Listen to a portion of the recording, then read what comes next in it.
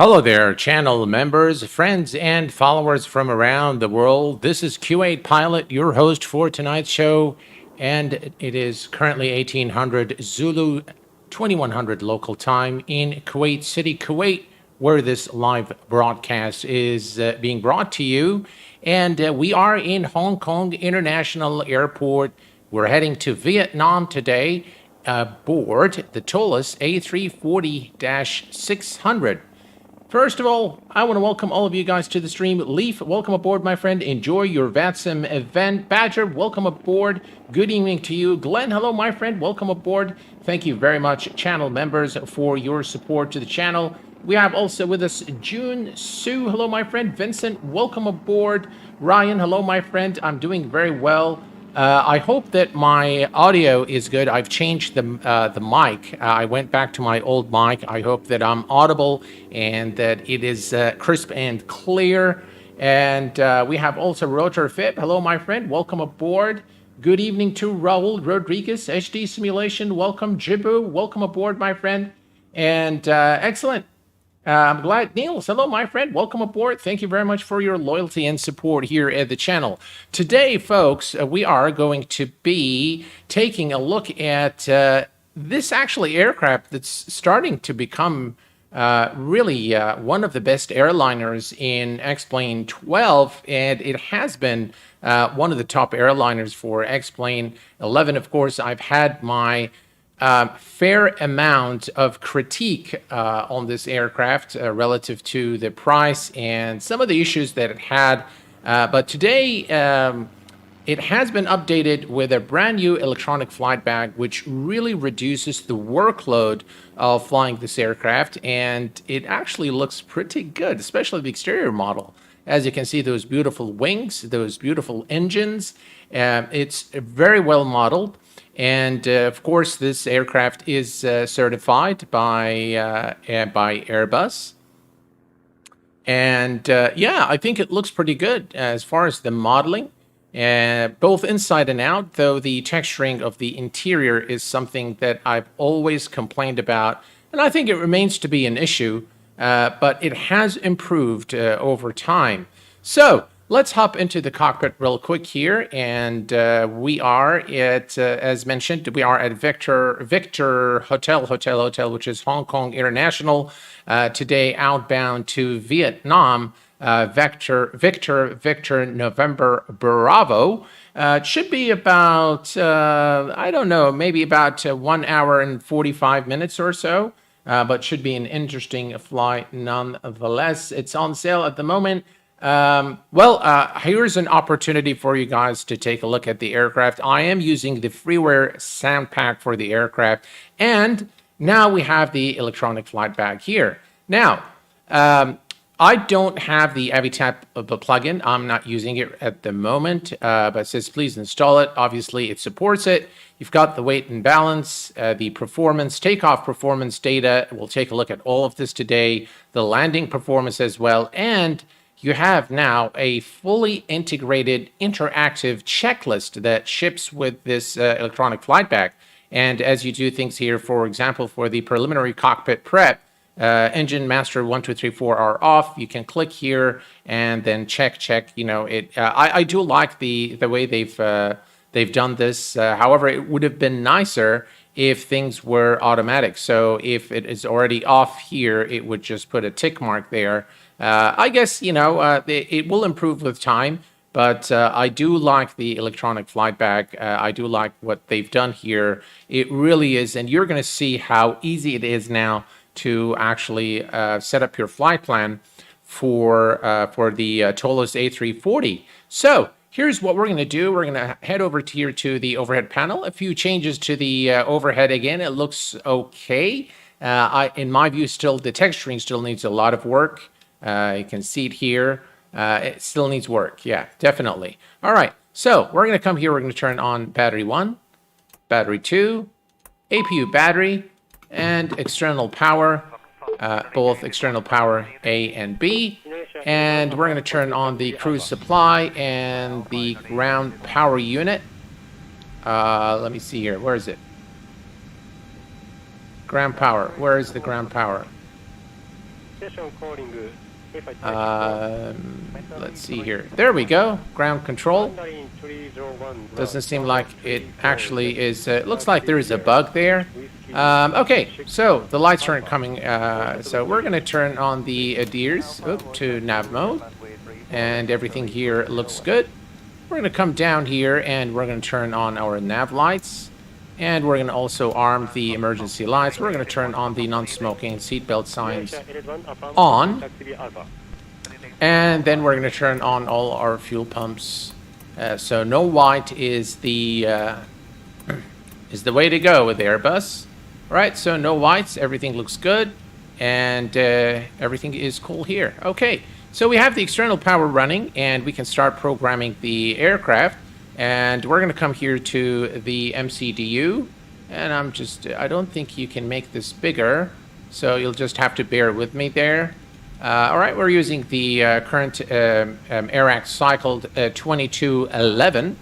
And we are going to go to the M.2 here. And if you go to the ATSU menu, and we go here, and we can also look at the vertical request, message record, reports. That's not what I wanted to do exactly. What did I want to show you guys here? Data link. No, that's not it. Comms. Config.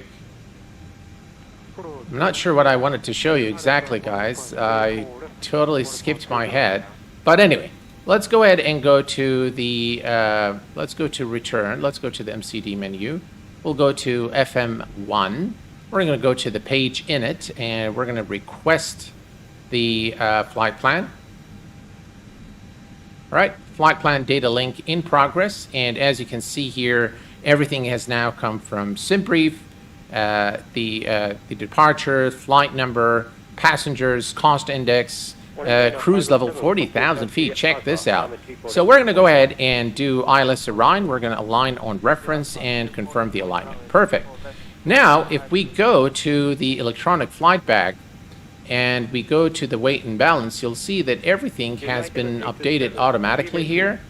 And if we bring this here, bring it here, it doesn't look like this is correct though. So reset to current. All right, so now it's reset to current. Now we have all the information here in the electronic flight bag with our weight summary, zero fuel, takeoff fuel. All that information is automatically synced with the electronic flight bag. All right, perfect. So now you can actually go and do the takeoff because we have all the data, but we're just going to wait a little while on this. We're going to just put our flight plan, and for our flight plan today, we're going to bring up our friendly Sim Toolkit Pro, and we're just going to come over here. All right, and we are going to go to the operational flight plan. And ladies and gentlemen, Meritoya has been a member for 14 months. Thank you very much, sir, for your support. We have also with us Ju51. Greetings from London. Hello, my friend. Welcome aboard. And we have also with us Liberson from Costa Rica. Welcome aboard, my friend. M. Flyer Robin. Hello, my friend. Butter in a B-52. Edwin Lee. Welcome aboard. Thank you for your support, sir. Appreciate it very much. Jonathan. Hello, my friend. Welcome aboard. Ground power external 1 power on OHP bus. All right, so all set here. Let's go ahead and put in our flight plan. So we are departing runway 07 right. So we're going to select Hong Kong International. Departure 07 right is selected through the Pecan 1 X-ray. Departure Pecan 1 X-ray. That's the one there. And insert. Excellent. And we're going to go to Vietnam. Our destination at what is it the airport called? Noi Bai International, and we're going to go to the arrival, and we're going to select the ILS runway. No, these are left. We are at 11 right. So that's 11 right. We're going to pick the first one there, the ILS Yankee. And it's going to be through the Haka 1 Romeo. Haka 1 Romeo, which is right here. Excellent. Do we have a transition? Let's see here if we have a transition. Dali, HB. I don't think there is a transition. There, no transition. All right, so we're just going to go here and say insert. And now we have our flight plan there. Let's bring up some lights here to our displays so we can visually see what's going on. We'll switch this to plan. And we're going to cycle through just to make sure there are no discontinuities and that our flight plan looks legible before our flight. All right, everything looks good to me. Perfect. Let's switch this to ARC and let's go ahead and start the... Why is the lights not coming?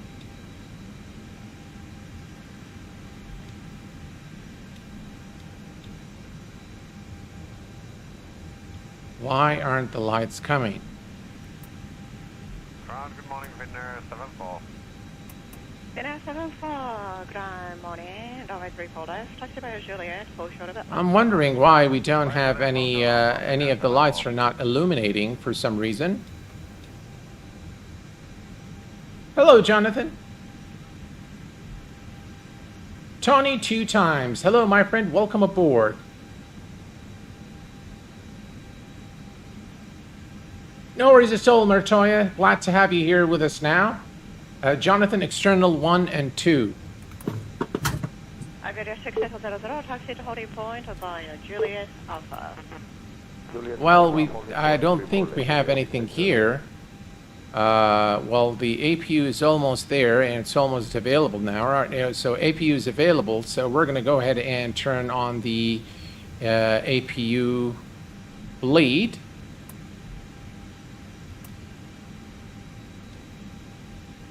Still, there's nothing there. Why is that?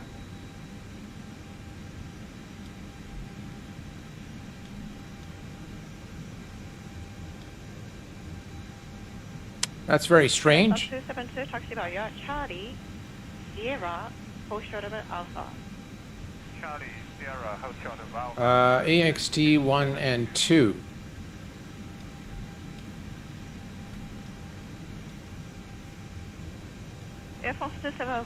Those are the batteries. Yeah, so this is external A and B. I turned off everything just now.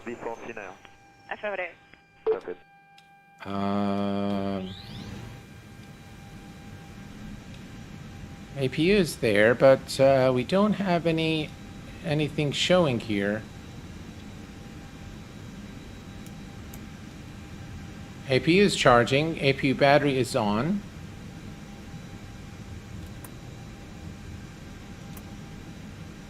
Looks like there's some sort of a bug there because there are no lights whatsoever. Yeah. But everything else seems to be functioning here.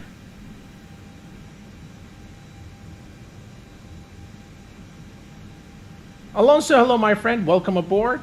Glad to have you with us. That was it. Tuned in while making a scale Boeing 727. Both X, A, and B. I don't think they're working. Something like turn up the lights. Could be. The lights are turned on though. Let's see here.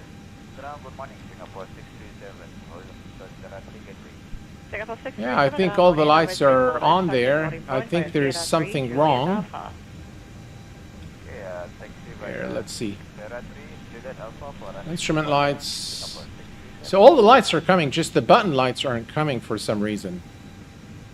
Which is very strange. Alright, well that's okay. We know we have the APU bleed running from what we can see here, and alignment is almost complete. Alright, so here's what we're going to do, folks. We're going to go to the FMS. We're going to go to the performance. Now, we can actually go to the uplink, go to the data.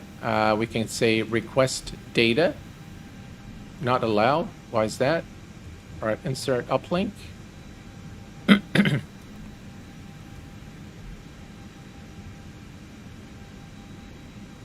All right. Well, now what we can do, we can come here and we have everything set here. So we can say compute.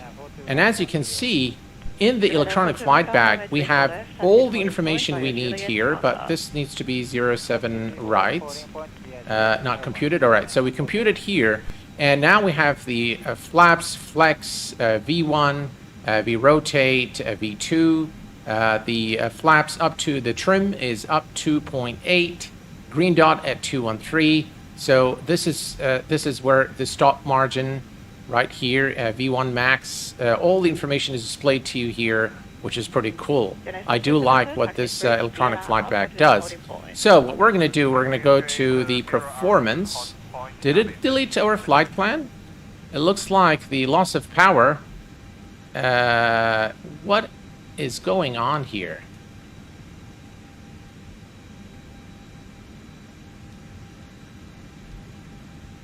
Yeah, certainly we lost everything there. So let me just go back here real quick. I'm tempted to actually, I'll tell you what, guys. I'm going to repeat this because this is going to be, let's just load this Cessna Skyhawk real quick here and reload the aircraft, because this is going to open a can of worms during the flight. So we can just set up things. Let me just reload the aircraft, and maybe that will fix things. Otherwise, we might run into issues. The batteries are on, but we were getting this issue, and I'm really not sure why. So I'm just going to restart the flight since we were in early in the flight, and we can set things up now again. And this time, hopefully, we'll get the lights. All right, so we have 2 of the lights here illuminated. So previously, we turned those on. I'm going to turn the power, external power external B and A, and now we have all the lights here, so that's good. That's a good indication. Battery 1, battery 2, APU battery are all on. Cruise supply is on. Ground control is on. Perfect. All is working well. Deers goes to nav mode, and we're going to come down here and set. Looks like started raining here in Hong Kong. Arm the emergency light, non-smoking and seatbelt signs are both on. And you know what? We're going to go ahead and start the APU master. Wait for the APU door to open, and we're going to start the APU. Let's turn on the nav lights. Right, there we go. All is good here, and we can now turn on all these white lights. Perfect. So it must have been like a glitch or something earlier, and now everything is cool. All right, perfect. So we're going to bring up the M.2 once more. Let me turn up the lights here and here, and on this side as well. Perfect. Hey Murat, how are you doing, my friend? Welcome aboard, and thanks for being a member here at the channel. Edwin, welcome aboard. Thank you very much. And also we have Stuart Cooper. Welcome aboard, my friend. All right, so we've got everything here going for us, right, guys? And let me also the ECAM, upper and lower ECAM, so you guys also can see what's going on there. All right, perfect. So we're going to go to init page, and we're going to request the, I don't think that worked. All right, here we go. Flight plan data link in progress. And now we have everything there. Excellent. And by the way, once you do this, it actually loads everything from SimBrief, and it loads your zero fuel and the block fuel as well for the flight from SimBrief. So you don't really need to do anything there. Let's go back to the init page. We're going to go to the IRS and align on reference and confirm the alignment. Excellent. Let's go back to our flight plan now. And now we can select the flight plan real quick. We are departing again 07 right. So departure 07 right, and through the Pecan X-ray, Pecan 1, that's the Pecan 1 X-ray, Pika 1, and insert. Brilliant. And we're going to go to our destination in Vietnam and select the arrival airport. We're arriving today at the ILS. ILS, we're going to pick this one here, 11 right Yankee. And we're going to select our star, which is the Haka 1 Romeo. Haka 1 Romeo is the one there. There is no transition. And we've already verified the flight plan. So there are no discontinuities in our flight plan. We can go now to performance. Now, from the performance, we can go to the performance uplink, request data. And what this will do, performance data uplink. So now it will populate the information for the takeoff as well. And we're going to verify this with the, all right, so we have the takeoff insert uplink. All right, so now we have 144.144.151. We're going to verify this with the data in the electronic flight bag. So let's bring this here. We're going to go to the weight and balance, and we're going to say reset to the aircraft, so it's got now the right passengers and all the weights and balance, zero fuel. We're going to go to the takeoff performance. 07 right is selected correctly this time, and we're going to say compute. Now this is different, so I'm going to change the data here to match whatever we have in the electronic flight bag. We're going to change V1 to 1, I guess it's okay, it's between 139 and 155. V rotate, on the other hand, is 155, so we're going to change that to 155, and we're going to change V2 to 160. Excellent. 3 and up 2.8, which is correct. Flaps 3, it says flap conference is 1, so we're going to change that to 1, and 2.8 up, so up 2.8. All right, that is set. Takeoff data uplink is done, and we can now release this, and now we have our flight plan here, and we are ready to go. All right, perfect. Everything is good here. Everything's good here. We can remove this now, and we can now start the, we have the APU actually started, so the only thing we need to do is wait for the alignment. In the meantime, we can bring up the brightness on the other side, put this on performance, and we have Jane. Hello, my friend. Welcome aboard. Glad to have you with us. Good evening to you, A-Boss. Welcome aboard. Fly Vision. Hello, my friend. Welcome aboard. It has still flaps 1. That's what the electronic flyback says. I know the standard departure flap setting for the A340 is flaps 3. However, that's what we're getting. We're going to set our altitude to 40,000 feet, which is our final cruise altitude. And we can remove these guys now. And we can bring up our friendly Sim Toolkit Pro and check the weather information here at Hong Kong International. 0908 knot wind, and a few clouds at 10,000, scattered at 18. Current temperature is 25. QNH is 1011. All right, 1011 is now set on both sides. 1011, and we're going to set 1011 here as well. All right, 1011 is set. Now, one thing I do want to show you guys is we are in a default airport in xplane 12. This is total default, so I'm not using anything whatsoever, and it actually looks very good for a default airport.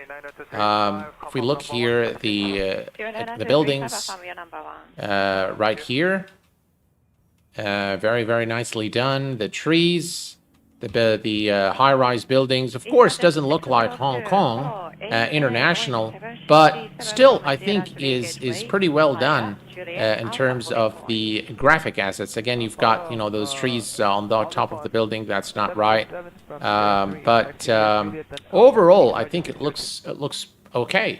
I love the 3D water in X-Plane. I think it looks really, really good. All right. So back in the cockpit, we're just waiting for the alignment to complete. 3 minutes until alignment.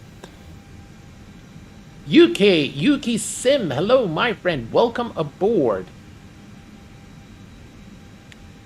I follow your advice. I ordered the Honeycomb Bravo throttle quadrant. I think you will enjoy it. And I will be doing a full review of the unit once I receive the add-on for it.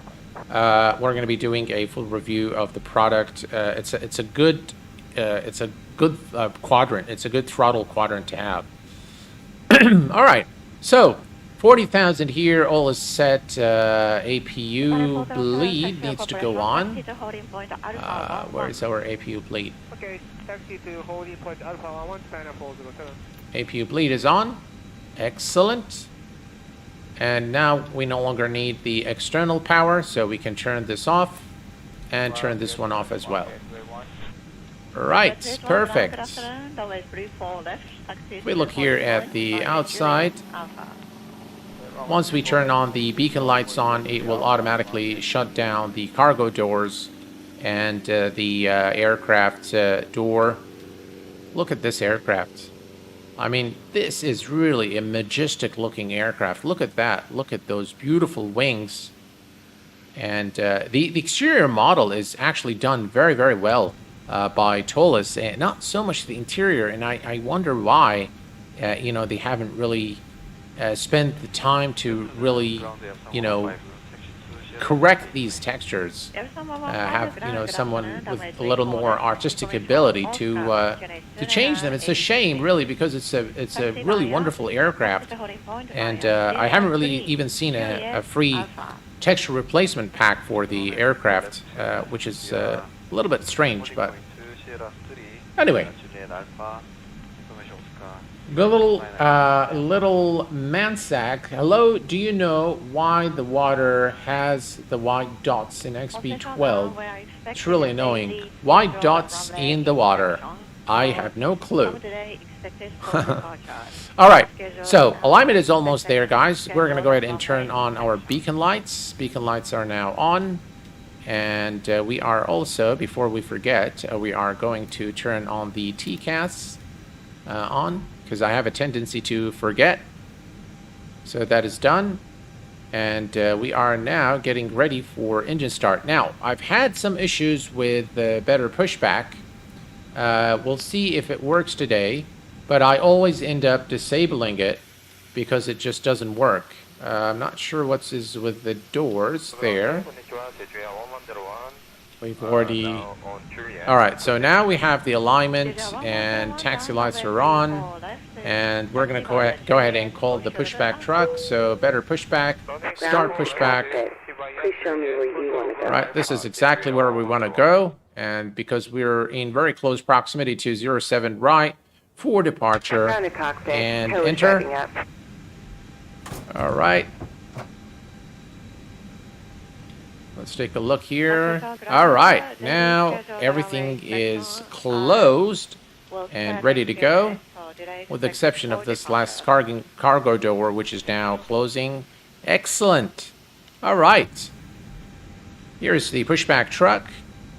We're going to set this to a 10 nautical mile range. Now we can see the airport much better, the runway. And we're going to switch. Let me remove this out of the way. You can leave it there, and we're going to switch the camera to taxi. Wait, let's do it here. You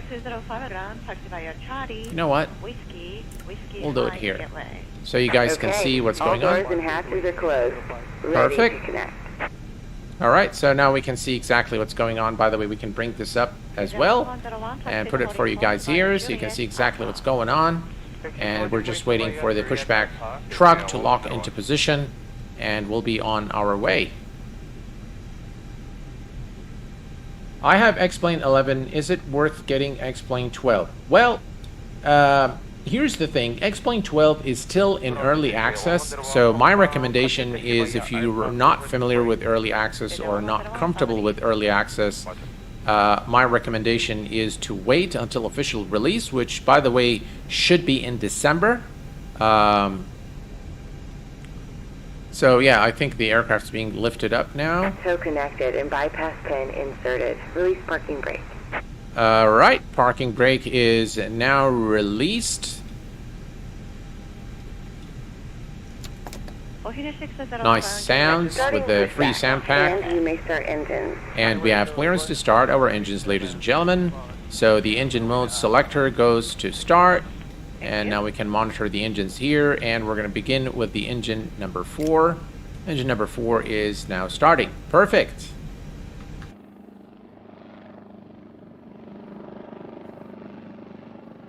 Just look at this beauty of an aircraft. The Toliss A340-600. Starting up now here at Hong Kong International Airport. Post of Sierra 4. Here's a look at the wing view there with the beautiful Rolls-Royce engines.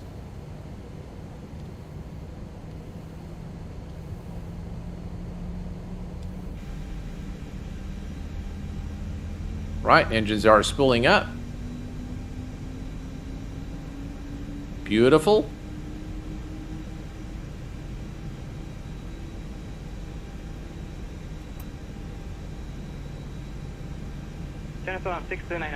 Falcon Gaming, welcome aboard, my friend. Glad to have you with us, and thank you for your support, being a member here at the channel. I appreciate it, my friend. Nick, hello, my friend. What are you getting in terms of frames? Ah, frames. All right. I know a lot of people like frames. I'm getting, what is it? 50, about 60 frames. All right, we have a good start on engine number 4. Engine number 1 is coming up. By the way, I get more frames when I'm not streaming, but Streamlabs OBS really brings down the frames. So I get about 70, between 70 and 80 frames when I'm not streaming. Right? And we're starting the engine number 1. Yeah, engine number 1.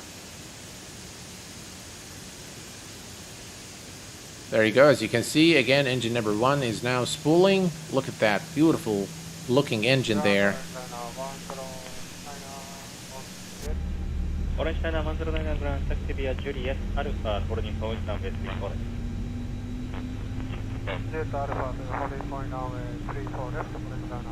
Engine number 1 is spooling up. Complete. Go ahead and set the parking brake. All right, and we're going to come here and set the brake.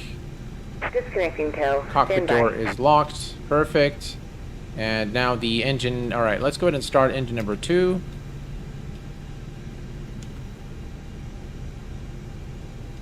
Increase the lights here.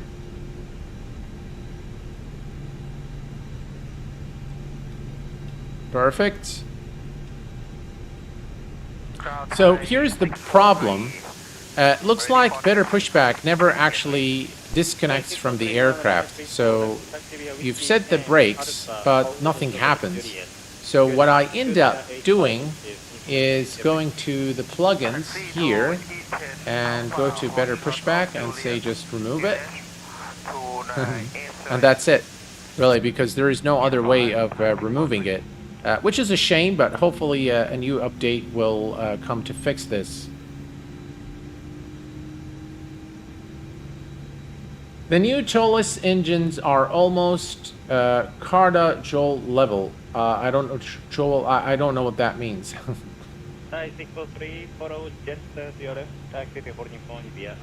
Hello, Steve. Welcome aboard. Your loved Q400 Majestic is coming to MSFS. That is absolutely right. Yes, I've tweeted that a couple of days ago. I got it on FS Elite, and I'm very happy with that. Yes. Is that new water on the ground? That is water. Yeah, I think it was raining earlier before the flight, so, and hence the water here. All right, engine number 3 is coming up, guys. We're going to set the auto brake to takeoff. So rejected takeoff is armed. And we're going to set the terrain on this side here, and we're going to come down here and arm the speed brake. We're going to set flaps 1 as indicated in the electronic flight bag. And we have a trim of 2.8 up. All right, so let's set that 2.8 up.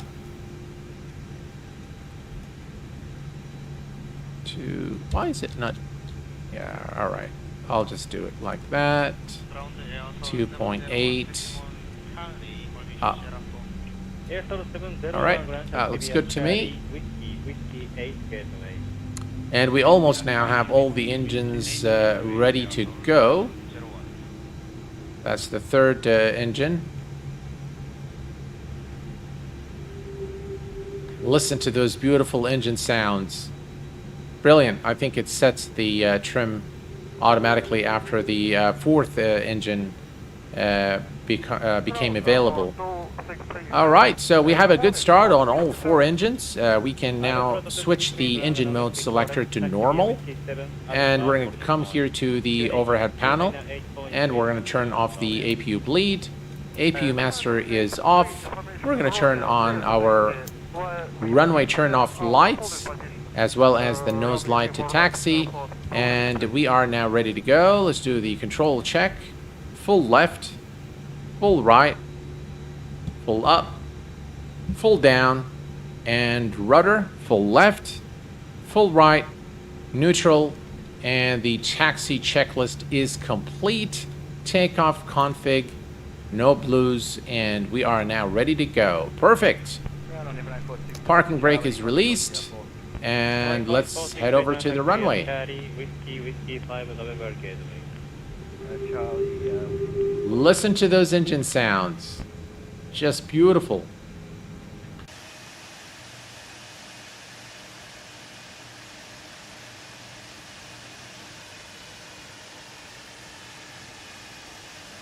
A very majestic looking aircraft. The Toliss A340-600. Beautiful, beautiful looking aircraft, really.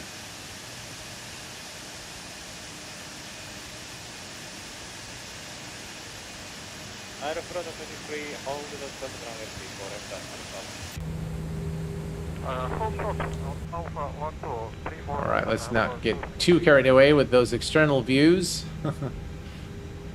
Alright, here we go.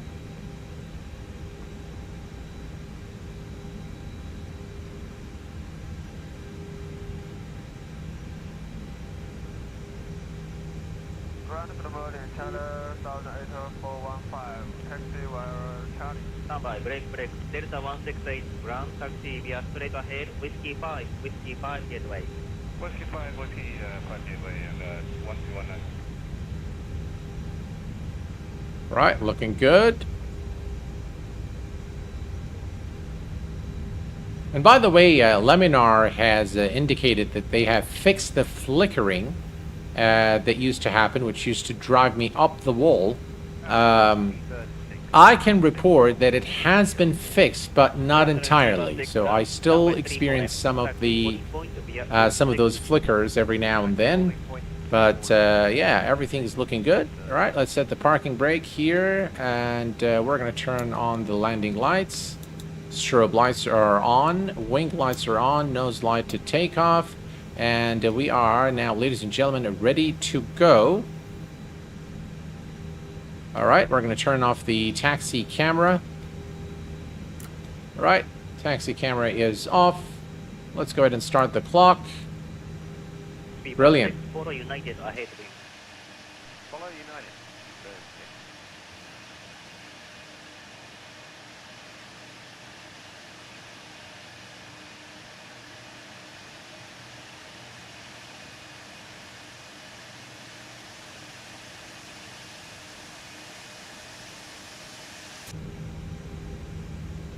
All right, runway 07 right, we are cleared for takeoff. Delta 276, Delta 167. Delta 167, clearing 1034. Russia taxi to hold taxi via Whiskey 7 gateway. I always get that for some reason. It says thrust levers are not set, and I think it's got to do with my yoke settings. Beg your pardon, the throttle settings. Alright, we're coming up to V1. Rotate. Positive rate of climb, and gears going up.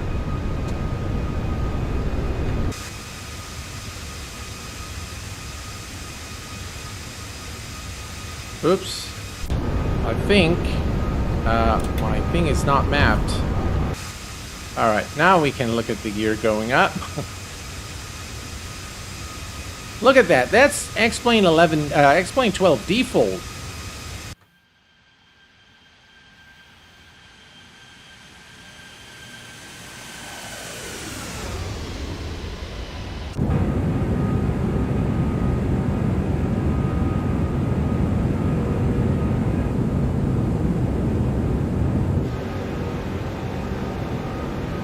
Wow, it's raining.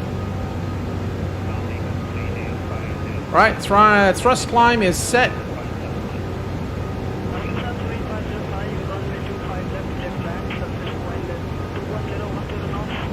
Speed check, flaps up. And autopilot 1 is engaged.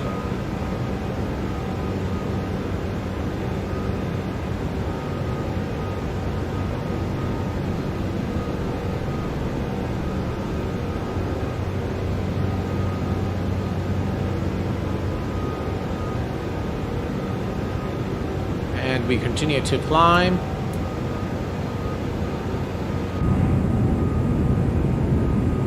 And here's a look at those beautiful wings and Rolls-Royce engines with the really brilliant wing flex there.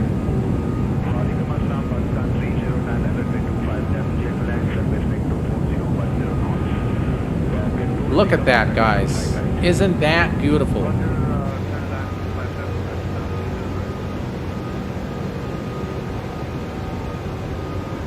By the way, the weather does work, so the weather prediction does work, but it looks very strange. Let me show you guys very quickly. I end up turning it off because it really clutters my view. But let me actually show you here. We can put this here, put that there, and now we have the weather. So it looks okay now, but when there is actually a lot of, you know, when the radar picks up the weather, when there is severe weather conditions, this actually looks very strange. But yeah, all right, we can disarm the speed brakes. And we continue the climb now to 40,000 feet. Guys, look at this. Actually, this looks pretty nice, I have to say. Here's a look at the external view.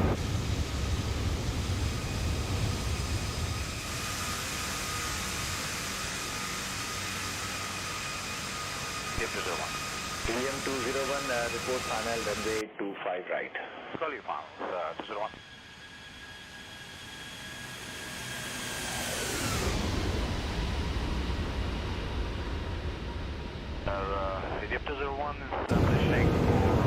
I think it looks pretty nice, don't you?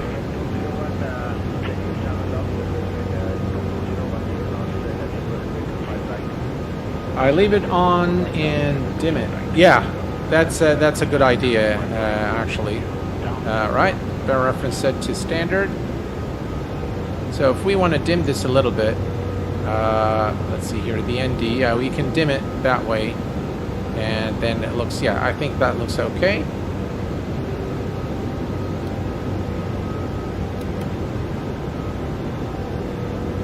Foot warmer.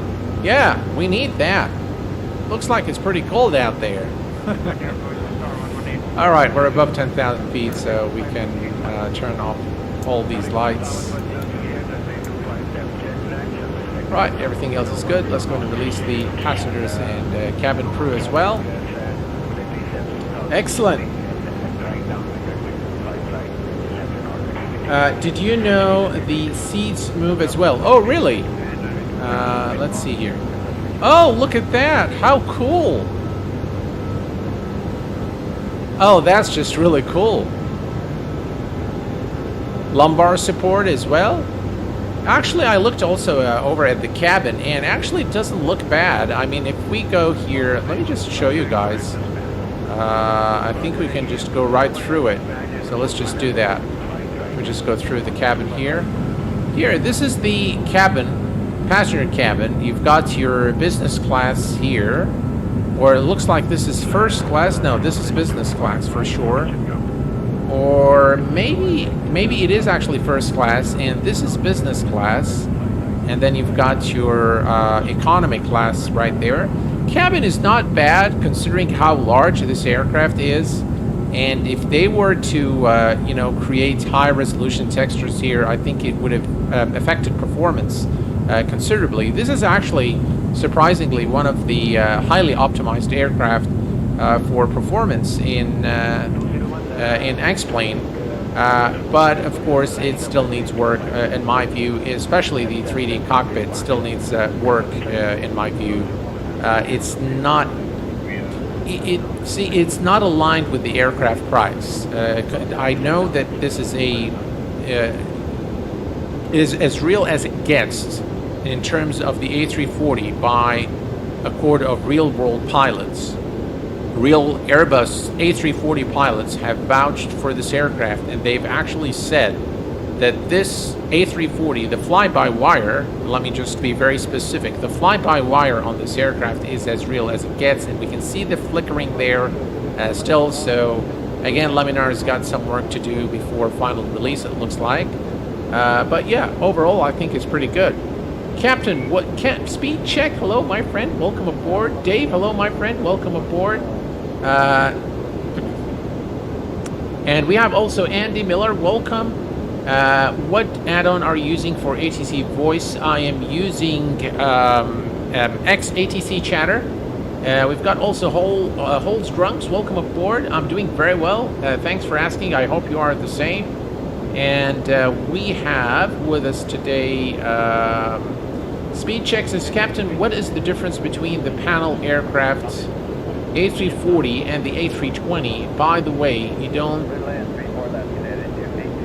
don't say my salutations. Well, Speed Check, welcome aboard, my friend. Thank you very much for being a member here at the Kuwait Pilot channel. I'm sorry that I forgot about you, but welcome aboard. Jacob, I'll answer your question in just a minute. Jacob, hello, my friend. Welcome aboard. The Flying Scotsman, good evening, my friend. Welcome aboard. All right, so Airbus philosophy was when they started with the A320, A319, even the A350, the A380.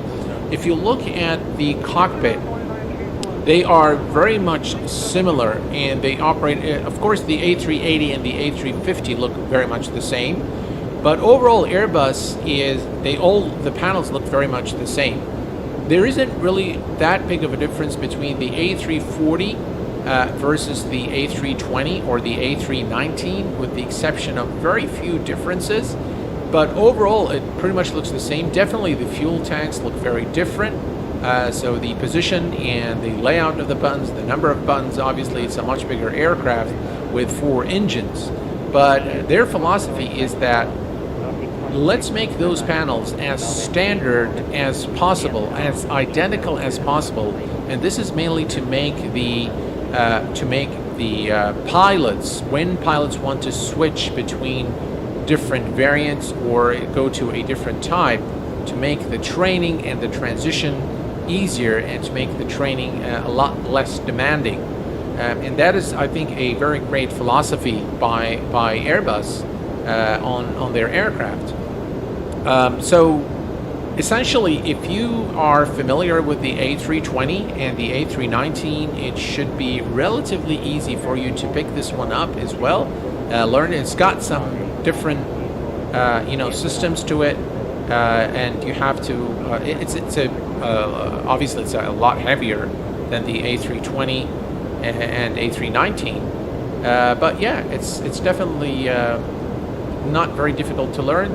There's a lot of resemblance. If you look at the cockpit, it actually looks like the A330, which I think it's based on the A330. If you look at the panel here, it's more, closer to the A330 than the A320. But overall, I think they all look pretty much the same.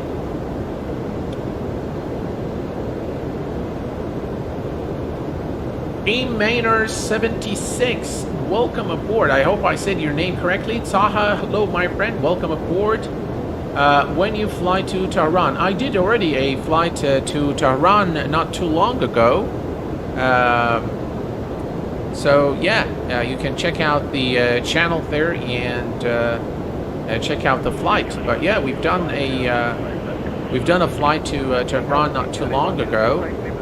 And by the way, congratulations on the win in the World Cup. And here is, ladies and gentlemen, the beautiful Toliss A340-600 in this beautiful Cathay Pacific livery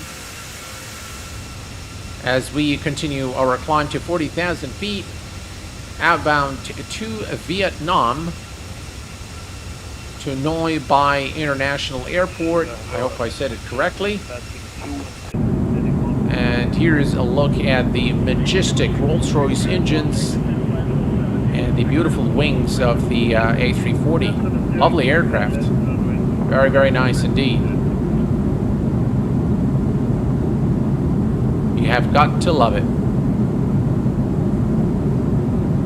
This video is lagging a lot, is it?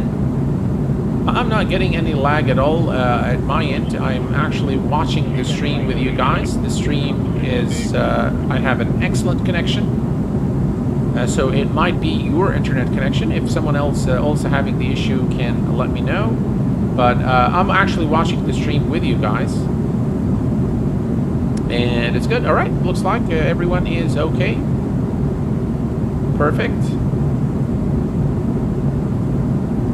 All right, so we continue now the climb, and we are at 30,000 feet, so 10,000 feet to go. Can also be a messed up GPU.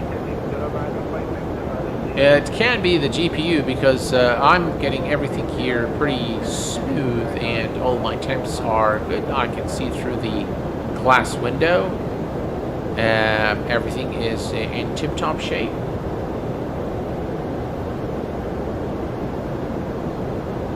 Jacob, no lag here, US South East Coast. Yeah, I'm actually also not getting any lag as well. I don't know to which server my connection is routed, but I think it routes to Amsterdam. But yeah, I'm getting no lags for sure. All right, so 31,000 feet, and of course today we're going to be using the EFB again for our landing. So landing preference here, you can do it as well. And again, once you sync all the information, all you need to do is say compute, and it will give you all the information here, which is brilliant. I think they've done a really good job, and yeah. So if we go here, so I want to show you guys also. Now, one of the things I normally do for situational awareness when we're flying, especially when I'm flying a Boeing, is look at that. That's very strange looking terrain. Why is it looking like that? That's better. Looks strange. Yeah. So one of the things I do for situational awareness is I always add a 10 nautical mile or 20 nautical mile circle around the runway. Or the final fix before the runway. That just helps me understand where I am relative to the runway. And this is something that you can do in an Airbus, but it's a little bit different from Boeing. So here's what we're going to do. First, we're going to go to the end of our flight plan. This is the top of descent, and we're going to go to...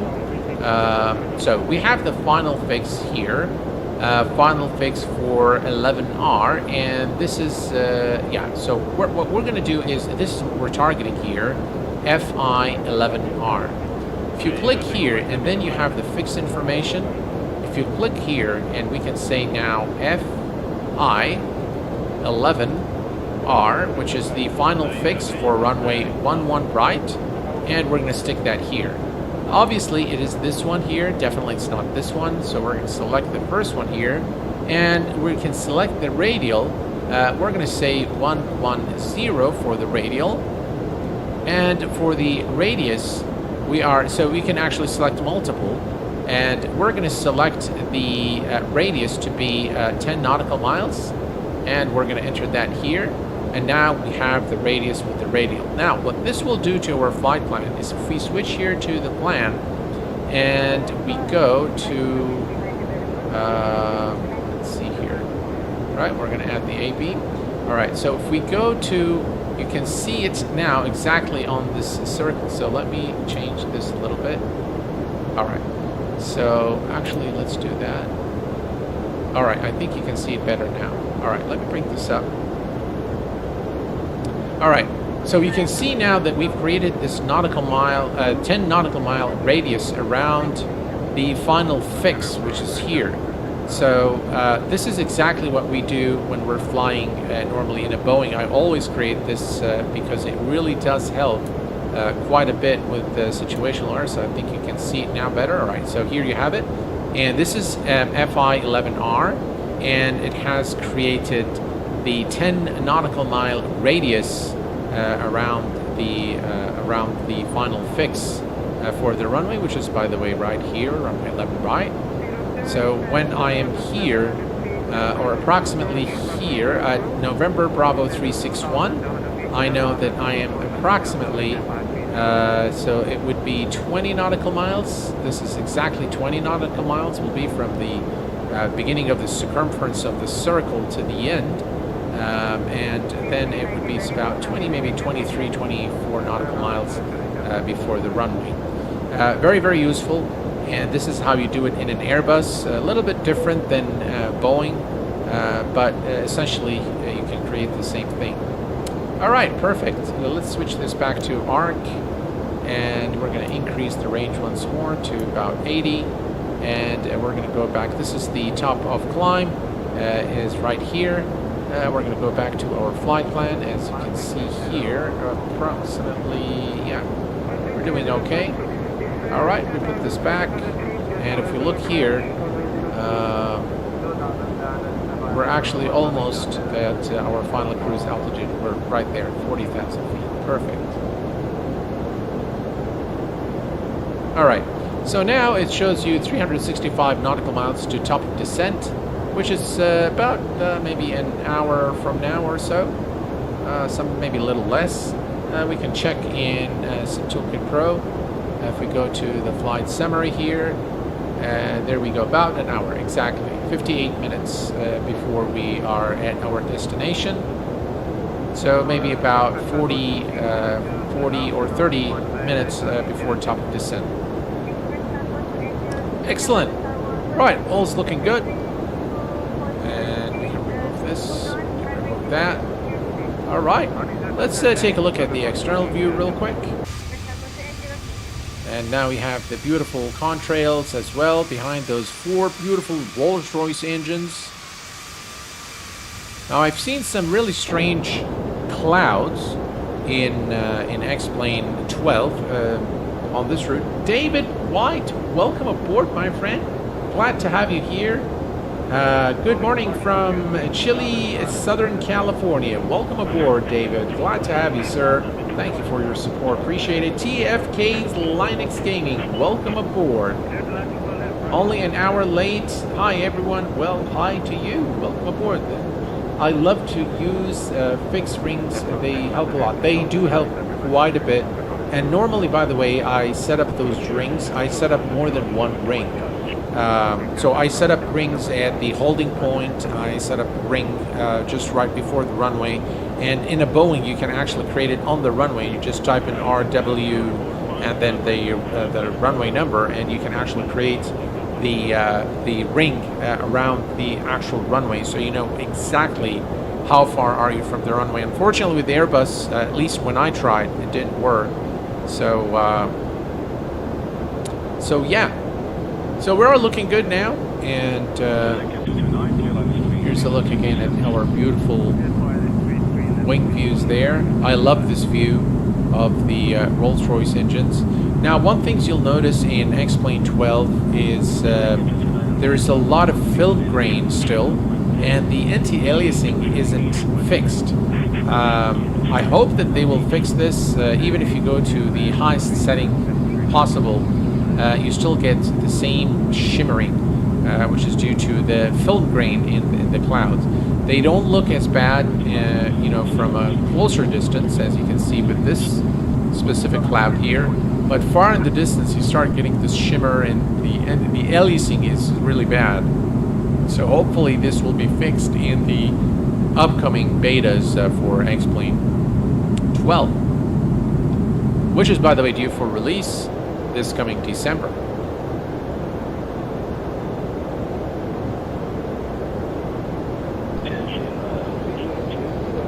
So another news, kind of related news, we know that any builds, the Q8 Pilot official partners have a couple of things coming for Microsoft Flight Simulator. One is a new aircraft, and there is also the Scene Detroit, I believe, is coming out for Microsoft Flight Simulator. The trailer, if you have gotten the chance to look at their trailer, the airport is extremely detailed. They just really keep getting better and better with their scenery, which is pretty cool. And of course there is a new aircraft that is also coming very soon. I think next week it's going to be released for it's a warplane, and I think they've done another very detailed, maybe study level aircraft coming very soon. So we'll stay tuned for more on that. But definitely, I'm looking forward to it. Our next flight is more than likely going to be in Microsoft Flight Simulator, folks, and it's going to be in Spain, and probably a flight either to or from Palma de Mallorca in Spain or Lima Echo Papa Alpha. It's a beautiful approach into Palma de Mallorca, so we're going to do that in our next stream. And that's pretty much an update from my side on everything that's going on. Did you compare your experience for the Flight JSIM and your day live? You're on the Airbus or Boeing aircraft. How do you feel exactly? And thank you again. I'm a big fan of you. Well, Speedcheck, thank you very much for your kind words to begin with. And did you compare your experience for the Flying Jason and your day live? I'm not sure I follow your question entirely, but hello, Boeing Corp from Logan, New Jersey. Welcome aboard, my friend. Speedcheck, the Flying Jason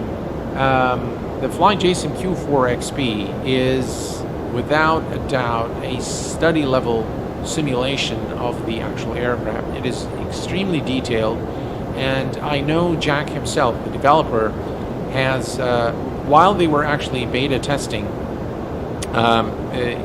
was the time when he contacted me to do the trailer for the aircraft, which is, by the way, you see on their website and on the xplane.org store. But during that time, he actually gave me access to their sort of lab website, where you can report the issues and you can see the status of these issues and some manuals and things like that.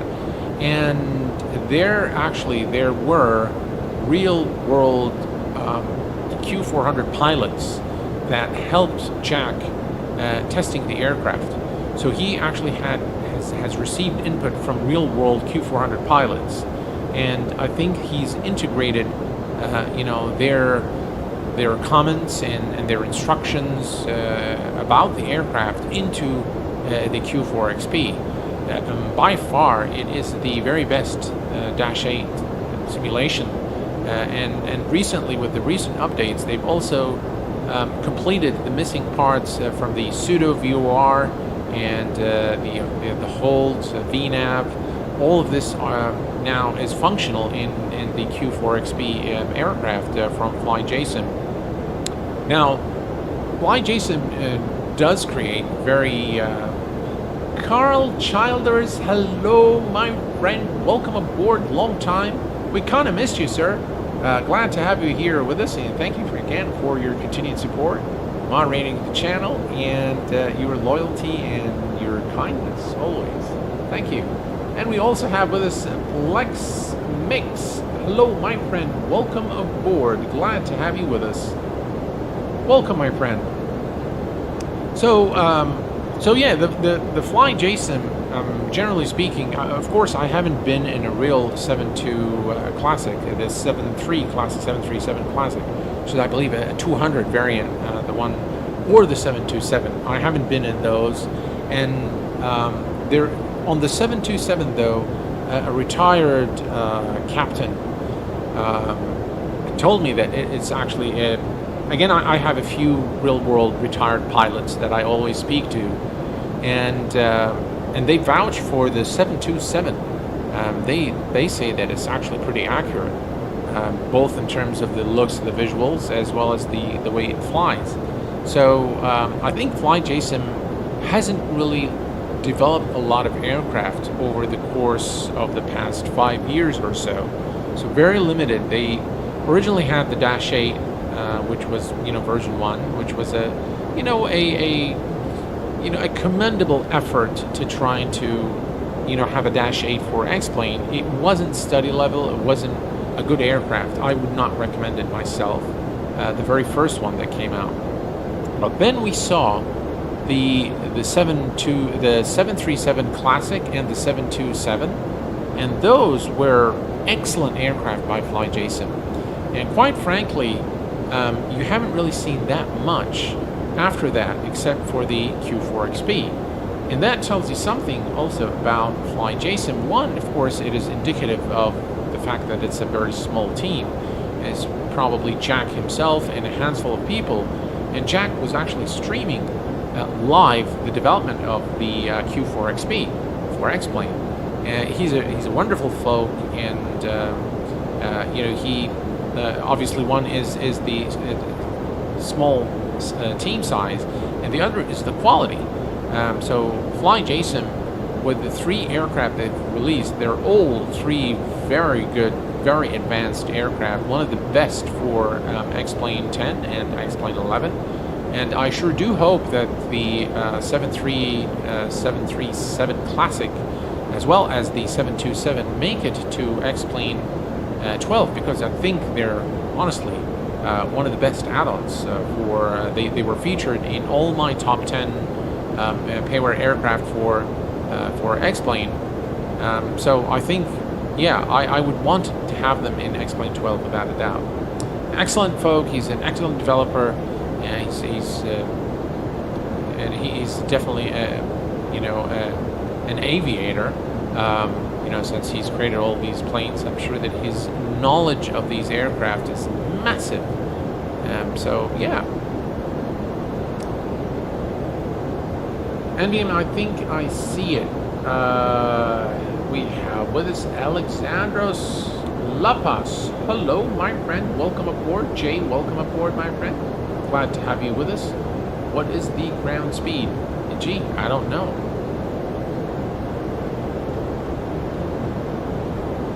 Do we have it here on the electronic flight bag? Probably not.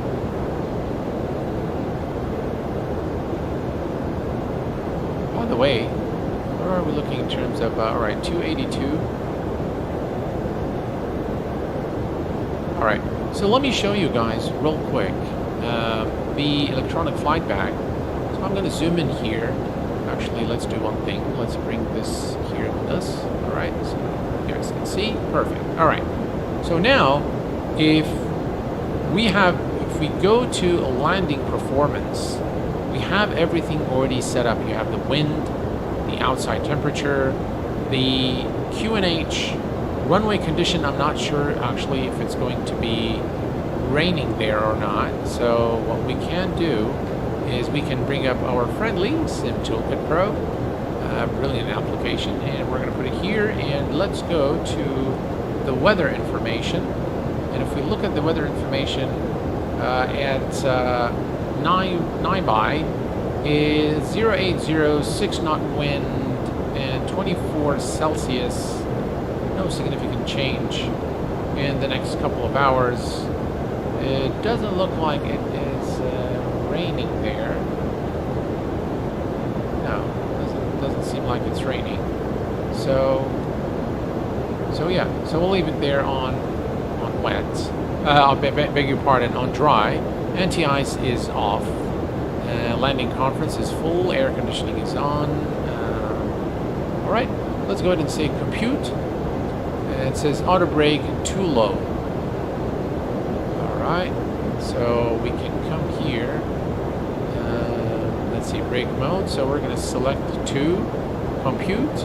Alright, now it's perfect. So what I love about this is it will tell you which setting to use. Reversers are on, obviously. And it gives you all the thresholds right there. So this is the landing requirements and the margin there. And yeah, all is looking good here. This is the full length of the runway. And we are all configured now. So the only thing we need to do is come to the performance page and go to the next page. And now we can enter the QNH for the arrival, which is 1011. 1011 is entered here. And the temperature is going to be, was it 25? Let's just double check here before we make a miss. 24.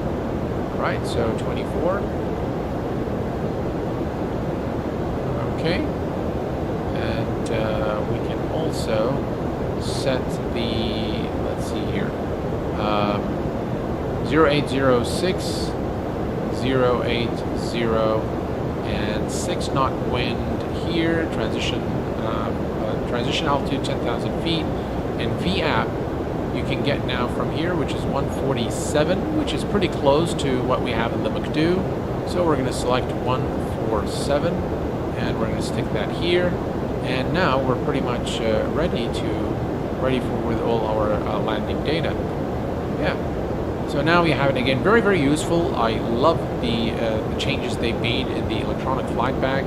I think it makes the aircraft a lot more manageable. We're 33 minutes into our flight, and another 40 minutes or so we should be at our destination. Let's go ahead and put this away. And yeah, we're looking good. We have also Row Page. Hello, my friend. Welcome aboard. Glad to have you with us in this live stream. Welcome. Excellent. Let's go ahead and do a quick flyby.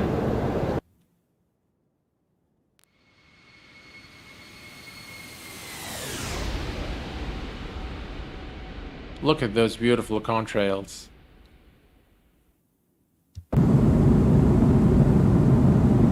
Here's a look at the wing.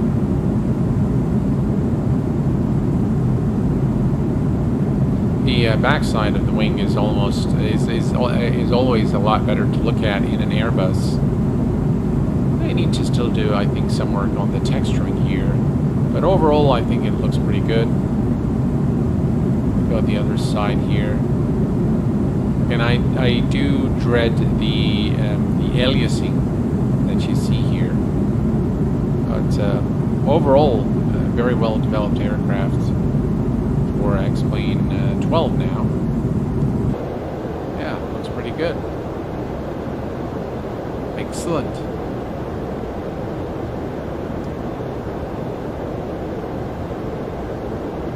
Mr. Riviera, hello my friend, welcome aboard. OQ8, I know you on XB12, but have you had a CTD when selecting the A310 on MSFS 2020? No, I have not had any issues with the AnyBuilds A310 in MSFS. It works pretty well. If you are having any issues with it, I highly recommend that you move to the MSFS beta program and download I think they've patched it there, so you can download it. I would recommend that you go there definitely for go to the beta program. So join the beta so that you can download the updated version of the AnyBuilds A310. That would be my recommendation if you were having issues with it.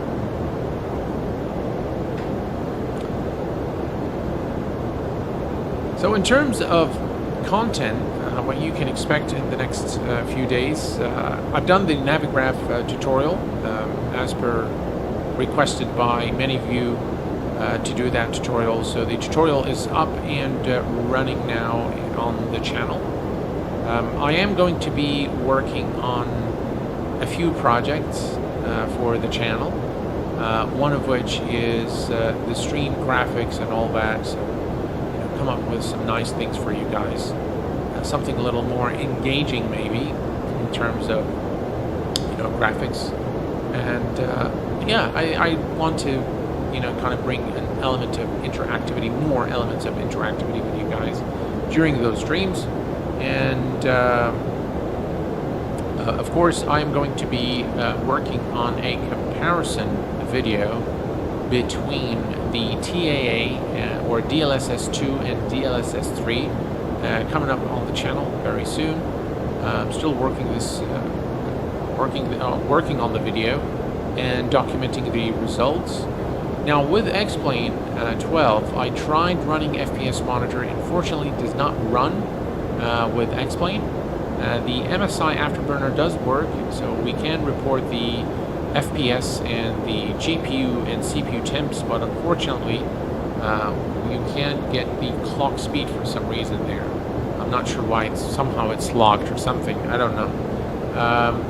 Ryan Johnson, hello my friend. Do you recommend having the NVIDIA Reflex setting on or off on MSFS? Well, I have it on, and I haven't had any issues with it. So, yeah, you can keep it on for sure. Just try it out. I haven't really tested it too much. Suzuki, hello, my friend. Welcome aboard. Glad to have you with us. Thank you very much for being here this evening, sir. I appreciate it.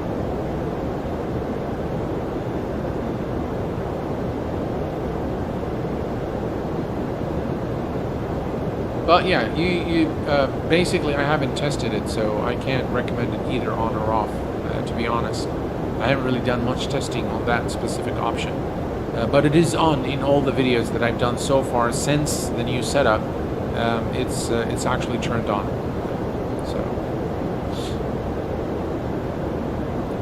I'm actually really enjoying both xplane and Microsoft Flight Simulator lately with the new build.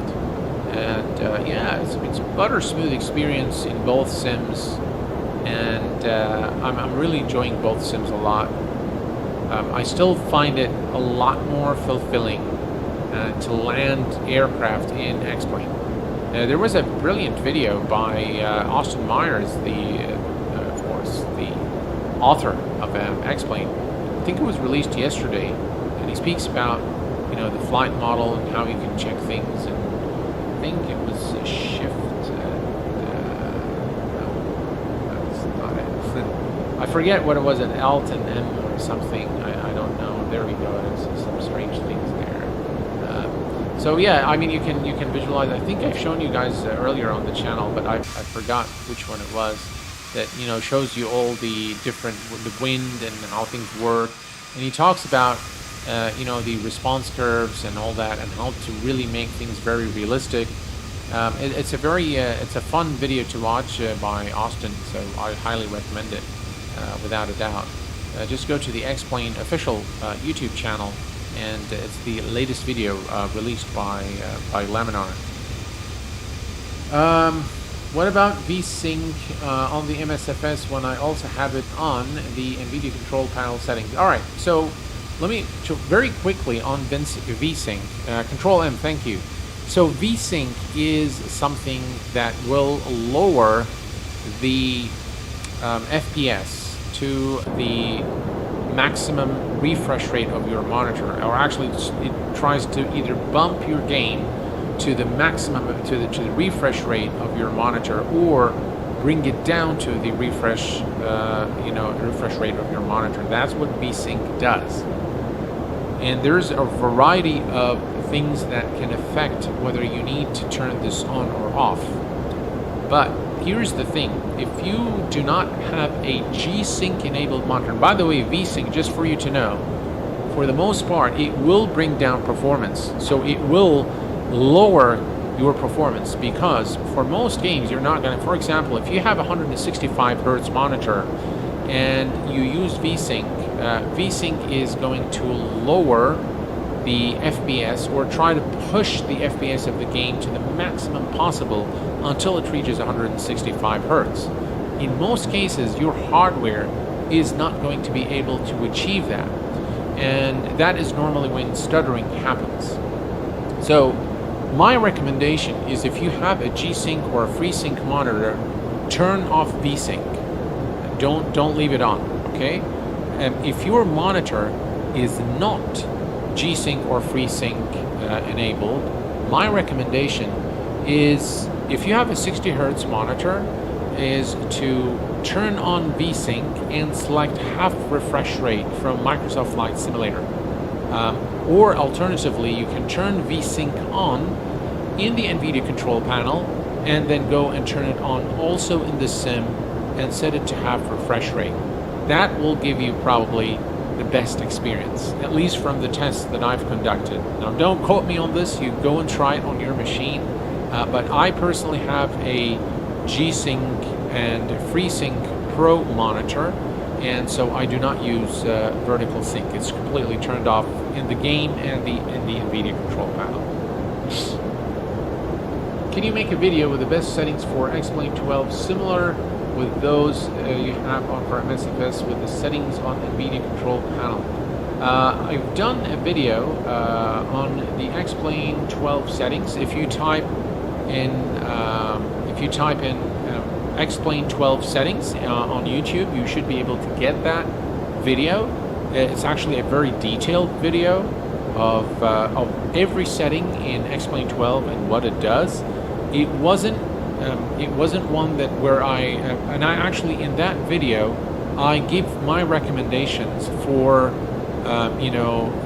low to mid-range machines, high-end machines, medium-end machines. So I do have my recommendation for the settings for all those kind of machines. So be sure to check it out.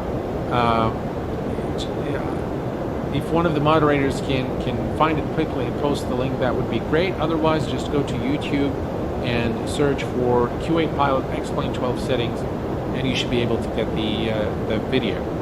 It's a very, very detailed video, and at the end, it's got chapters. So if you don't want to watch the full video, you can simply just skip to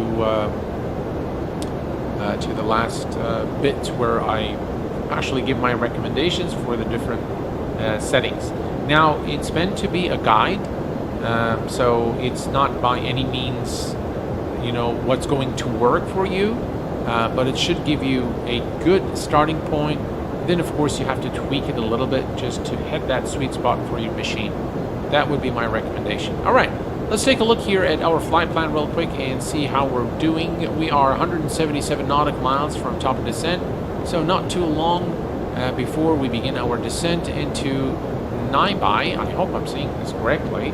And yeah, everything's looking good here. Here's again a look at the exterior of the aircraft as we make our way towards Vietnam.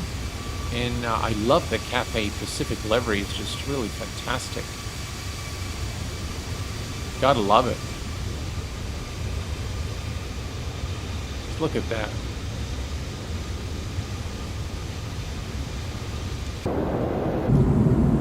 Right, folks, I'm going to leave you with this wing view here and take a very short break and come back.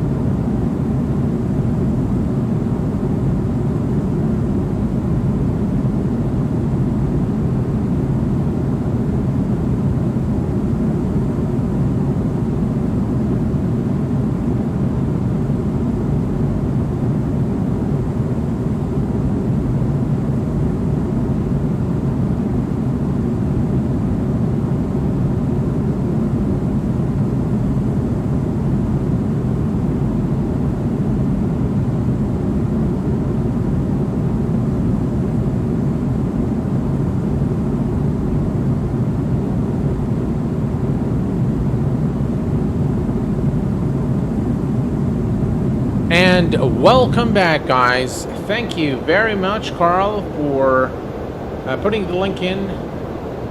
I appreciate it. Thank you very much. Appreciate it very much.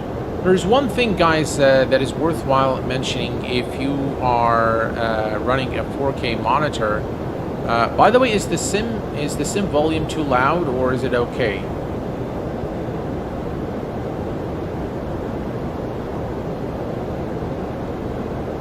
One thing to consider for those of you who are on a 4K monitor is, let me show you actually real quick. If we go to the settings here, let's go to joystick. Where's joystick? Joystick. No.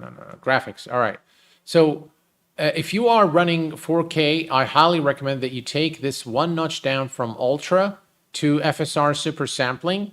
And the only reason to do this is that it actually gets rid of all the stuttering. Thanks, Carl. Appreciate it. Thanks for the confirmation. I used to get stutters, especially, by the way, with the default A330 by Laminar in xplane 12. And for some reason, I couldn't figure out why those stutters were there. The frames were good, and the only thing I did is I moved the slider to FSR Super Sampling, and all the stuttering went away immediately, and the sim became very smooth. It might work for those of you with, with lesser resolution, but definitely 4K. I've read on the forums. So normally when I read about, when I experience issues, I go and search and see if others are having the same issue, and then I start working on a solution, if you will, or a workaround. And I have found that this actually completely removes the stuttering, moving it to FSR Super Sampling. Essentially what it does, it reduces the resolution, and then it super samples the pixels again to make up for the lost resolution, so you don't really see any degradation in visual performance or in visual quality, beg your pardon.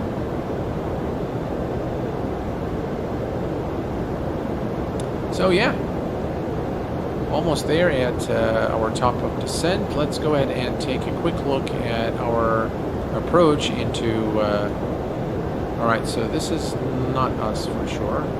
We've already departed. This is by the way Navigraph charts 8.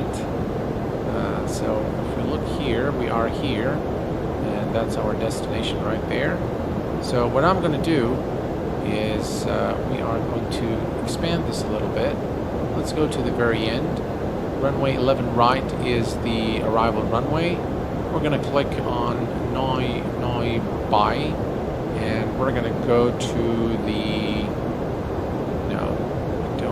that one. Right, this is the one we want, so we're going to click on the charts. We're going to go to the approach plates, and we're going to go to runway 011 right. We picked the Yankee, so we're going to put the layer here on the map. Alright, and if we take a look here, we've got the ILS approach course 109. I think I've entered the radial of 110 for our ring, but that's okay, that's close enough. And if we look down here, we need to be at let's see, 1,000, 3,000 here as we come about 2,000 feet, 1,970 to be exact, to then 109 degrees to the runway. All right, perfect. Everything looks good here. Excellent.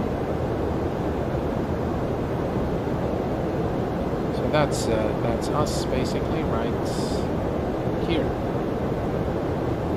I love Navigraph charts 8. It's just really brilliant.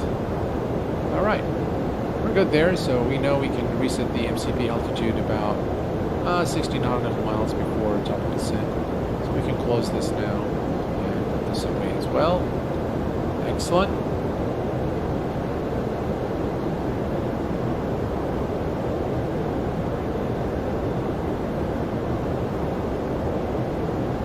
So what do you guys think of the Toliss? I'm interested to know what your thoughts are on this aircraft. By the way, another thing I noticed in xplane 12 is the transition, as you just maybe experienced it, like the transition of the time is not very smooth yet. So that is something that probably needs fixing as well from Laminar. And I sure do hope that they fix all the issues and that we start seeing, you know, Orbex, True Earth coming to xplane 12 in the very near future. Is xplane 12 worth the upgrade? In my view, Rain Man, it is absolutely worth it. So a lot of things have changed in this version. For one, the graphic assets have definitely changed. They have now 3D vegetation. You can see the trees and they actually respond to the wind. The 3D water is changed. The built-in ATC has been revamped as well. It's still kind of glitchy, doesn't really work very well, but in some cases it does work very well.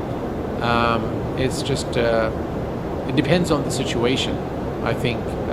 But that is revamped. Flight model is revamped, and a host of new aircraft has been also integrated in this new sim, including a replica of Austin Meyer's own aircraft, which is very cool. And the default aircraft, by the way, are done very well. It also brings the new flagship A330 into the sim, as well as brilliant default airports at every corner in the world. So for all that, I think it's definitely worth it, and I think it remains to be a strong contender in this genre, in the flight simulation genre. I think it's a very good flight simulator. Now it is of course more, maybe, you know, it's more tailored more towards the real world pilots and geared for real world training. The simulator is FAA approved, so it is used in the United States for real world pilot training, and for real pilots, they could care less really about, you know, the visuals, as long as the aircraft can do what it does in real life and responds the way it does in real life. Then I think that's what, you know, real pilots are really looking for. And yeah, I think those are my thoughts. Now, if you want to hold off a little bit on you know, buying xplane 12 because it's still in early access, the full release will be in December. So next month is going to witness the official full release and the conclusion of early access of xplane 12. As Laminar has indicated, they are very certain about, you know, moving out of early access to an official full release of xplane. So if you're not very comfortable with early access, I suggest that you wait. If you are, however, okay with early access and okay with having CTDs every now and then, or, you know, that your favorite add-ons would not work on it, then yeah, you might want to just wait a little while. We have with us Pulse. Hello, my friend. Welcome aboard. Glad to have you with us. And Andy Miller. Hello, my friend. Welcome, guys. Glad to have you with us. I have all the Toliss aircraft and love them all. Looking forward to the EFB. Great for the A320 and A319. Absolutely. How do you think if a 480 will perform with an i797 on MSFS 4080? You know what, guys? I will tell you my very honest opinion. Love the Toliss, love the A4. Likewise, TFK Linux Gaming. Pulse. I'll be very frank with you in my answer. There are a limitless number of possibilities that can be tried out. I obviously cannot really tell you if that's going to work or not, simply because I don't have this setup, and it would be very it would be very, how should I say it? I don't want to be dishonest and tell, yeah, it's going to work, or no, it's not going to work. I simply don't know. I cannot answer that question because I do not have that hardware. But from experience, I will tell you to invest. If you want to make an investment now, I would definitely recommend that you get a decent processor, a processor that has a very, a level 3 cache is very important. Your single core processor speed is very important as well, because those are the things that are going to affect performance in Microsoft Flight Simulator, if that's what you're going to fly exclusively. Xplane is a different ballgame, but yeah, if you're flying exclusively on Microsoft Flight Simulator, you want a strong single-core processor.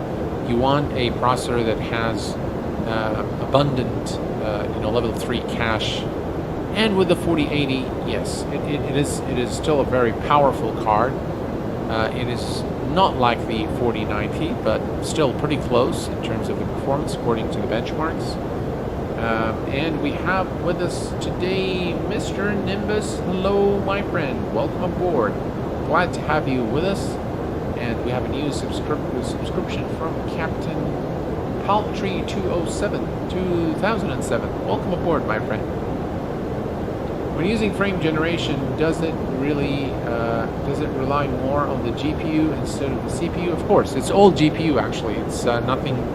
All right, so let me just very quickly. All right, so the frame generation happens on the GPU, okay? But those frames need to be processed. The only thing that's going to process them is your CPU. Normally, the central processing unit is the heart of your computer, and it will, of course, depend. Now, you will either be limited by CPU and GPU, but that limit is probably not something that you are going to notice, as long as you have. By the way, if you're going to go for frame generation, you want to go for a 4080 or a 4 series card for that matter. I recommend that you have a 4K monitor. Otherwise, it's not really worth it.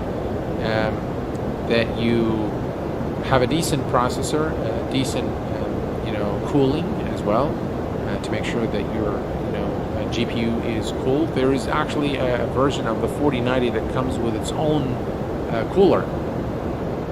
It's a little bit more expensive, but yeah, you need sufficient cooling for your CPU. And with that, I think, and I also recommend, by the way, DDR5 RAM, super fast. I highly recommend it. If you're doing a brand new setup. If you already have a setup and you're just thinking of upgrading, that's a different story. But if you're building a brand new PC from scratch, I highly recommend that you go for the Z790 chipset for your motherboard, DDR5, 13th gen processor, and the 4080 or the 4090. That's what I want to do. I don't know how much fuel you have on board, but if you dump fuel in flight, can you see it coming out of the dump valve in the wing? I don't know, but we can try that. I think I have sufficient fuel. I don't know. Let's come and check here. I think we have sufficient fuel. Altitude. Right, so come here. Fuel. I think we should be okay. But I'm not sure how to dump the fuel. Somewhere up here. It's probably somewhere up here. Let's see. Meter, outer tank, isolate. Yeah, I'm actually not very sure how to dump fuel, so my apologies for that.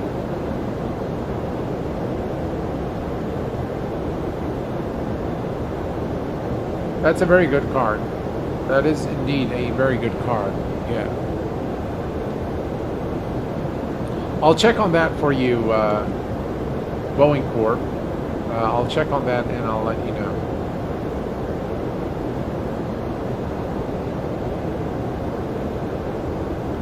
Safe to say you need the fastest computer you can afford in flight sim. I would agree with that statement. Yes, definitely. Right, I think we are approaching the top of descent point. As you can see here, we are 45 nautical miles from top of descent, and we're going to begin the descent shortly into Noi Bai in Vietnam. It's been a long flight, and I tell you guys, I'm kind of, you know, I'm falling asleep now. It's right around my bedtime. Actually, it's getting pretty close to 11 p.m. Kuwait time, which is the time I normally I'm done. Who do you think is going to win between Spain and Germany? Tough one. Spain and Germany. You know, as much as I like Germany, I do like Spain a little better. I like their football team better. So I'm going to say Spain. They'll win probably 2-1. That's my guess. I saw the game between Morocco and Belgium. What a shocker of a game, and those Moroccan players played really well. There have been a few upsets in this World Cup. You know, just the underdogs really winning, like Saudi, you know, beating Argentina 2-1, and then, you know, Morocco beating Belgium 2-0. Yeah, a few upsets in this World Cup, but it's been fun. No worries at all, Boeing Corp. No worries at all, my friend. I'll check on that for you and let you know.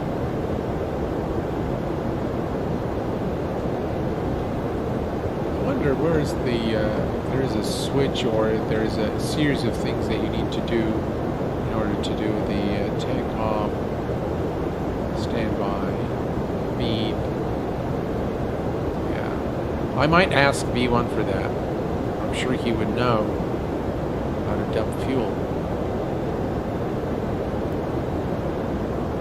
Oh, this one still doesn't work. Oh, this one works. So let's check actually, do these actually work? Connection. Message print.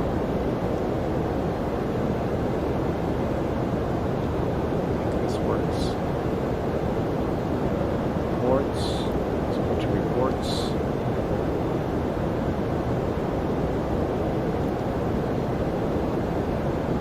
When can we? What's that? There's a lot, by the way, in this aircraft that I haven't really fiddled around with yet, and I probably need to read the manual of the requests. There's a lot. I think this is for this CPDLC. All right, let's return. All right. Let's take a look here. This is the top of descent. Let's go ahead and reset our MCP altitude to 1,900. That's 2,000. So 1,900 is now set. And we are, ladies and gentlemen, 20 nautical miles from top of descent. So we are almost there. You can see ILS 11 right Yankee is displayed here. And we're looking good. So far, no flickering, at least not the bad flickering we've had. We've had a little bit of flicker in the beginning, but overall, I think it's done very well. It's been behaving. It's well behaved so far. X-plane 12, which is good. And by the way, guys, we've been flying for exactly 1 hour and 7 minutes as of right now, as you can see here. So right here, 1 hour and 7 minutes. And then, of course, when we started the clock right before we entered the runway.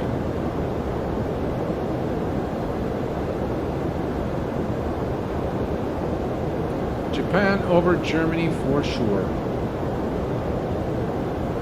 They actually played pretty well. I'm very surprised to see their, you know, the development of this team. They played really well in all their matches. I don't think there was a boring match in maybe the one maybe USA and England was a bit of a boring match, to be honest. I don't like matches that end up in, you know, 0-0 draw. I mean, you can draw if they draw like 2-2 or 1-1. That's okay. At least you've seen some goals. But 0-0 draw is just way too boring. Waste of time. I remember my you know, my good friend Steve, who unfortunately passed away. But you know, we used to I used to tell him a lot about, you know, our culture, and he used to also tell me a lot about American culture. And so we used to exchange jokes and laugh about things, and you know, every now and then, you know, kind of give each other a hard time. So one of the topics that came was, you know, American football. And every Monday night, you know, everybody would gather in the clubhouse at the apartment complex where I used to live to watch, you know, football matches. And it looks like we are at the top of descent, 4 nautical miles. I think we're close enough. So I'm going to go ahead and initiate the descent. There we go. No, we don't want open descent. We want a nav descent. All right, descent nav. All right, perfect. We now started the descent into our destination. So I used to sit with them, and of course, coming from Kuwait, I did not really understand anything about American football. And the only thing I could see is, you know, the ball flies up in the air and everybody jumps on a guy and they pin him down and then they start over.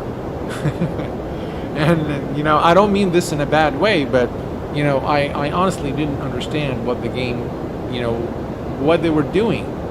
And everybody was, you know, they would do something, and I see like a guy falling off the ground and kind of skidding over the ground, and you know, my friends in the clubhouse would all be clapping and yay, and everybody's cheering and shouting, and I was like looking at them, it's like, what are you guys happy about? I mean, the guy just fell on the ground, and let's hope that he's okay. And they used to, you know, laugh and make fun of me. So one day, when the World Cup, I think 1994 World Cup was in the U.S. Was it in the Yeah, it was, I think, in the USA. And, you know, he used to call me over for, you know, for dinner or for a lunch, and I said, no, Steve, I can't do it now. You know, I got to watch this game. And he said, what game is it? I said, well, it's a soccer game. He said, well, let me come over and, you know, watch it together. I said, yeah, sure, yeah. So he came over and, you know, he started watching the game, and, you know, he saw me, of course, oozing with excitement over, you know, the nice little moves and nice little, you know, passes and the nice goals. And then, you know, after about 25 minutes or so watching the first half of, I think, the Iran and Big Bear 1, hello, my friend, welcome aboard. Thanks for being here. Thanks for your membership at the channel. I appreciate it. So after 25 minutes of watching, you know, the first half, USA versus Iran, I believe, was the match, and he said, I'll tell you what, there is nothing to watch in this game other than grass growing. And I was, you know, and then of course we've exchanged a few things on American football. So, but it was fun. It was fun. I do miss him. I do miss him very fondly. I'm very fond of my memories back in the years, especially with Steve. He was a great person. He was a kind soul, and may God have mercy on his soul. Yeah. So that was a little bit of my World Cup experience back in 1994, and in the US of A. Right, we continue our descent now. We're down to 33,000 for 1,900 from 40,000 feet. So yeah, quite an altitude. Of course, the A340 is a huge plane, and that's the optimal flight level for an aircraft of this size. We continue our descent. Everything is looking good. Big Bear 1, how are you doing, my friend? How have you been? I haven't seen you for a while here on the channel. Thank you very much, Raymond. I appreciate it. Thank you. That's how I feel. That's how I feel about rugby. Yeah. Where are you flying? When are you flying the 747-200? Big Bear 1, I might do this next week. So next weekend. I think the aircraft is in pretty good shape now. So possibly next weekend we'll fly it. I probably need to brush up. I probably forgot how to fly it. And it's a very complex aircraft. So yeah, I'll probably brush up during the week, and then we'll have a flight next weekend. Should be fun. Should be good fun. I'll tell you guys, this is a beautiful scene here. Minus, I don't know what that is there, but it actually looks pretty good. Let's switch to external view real quick. And here is the A340-600. Look at that, guys. That looks really nice. I'm going to change the time here a little bit.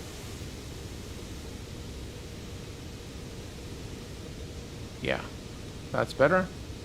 Just look at the PBR here and the reflection.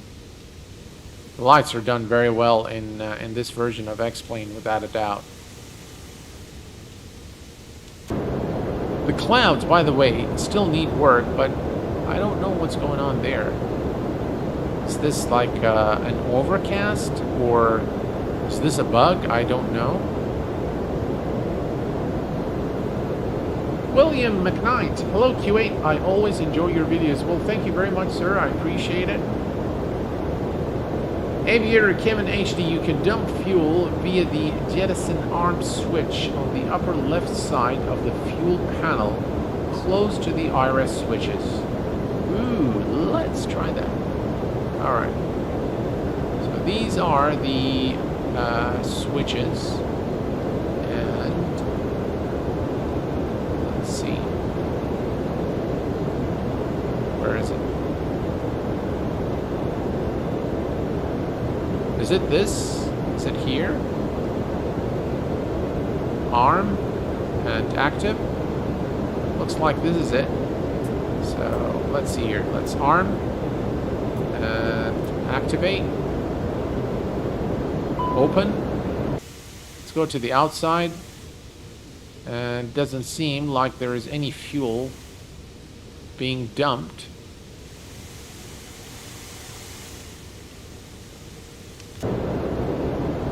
Master caution. Alright. Not a very good thing we've done here.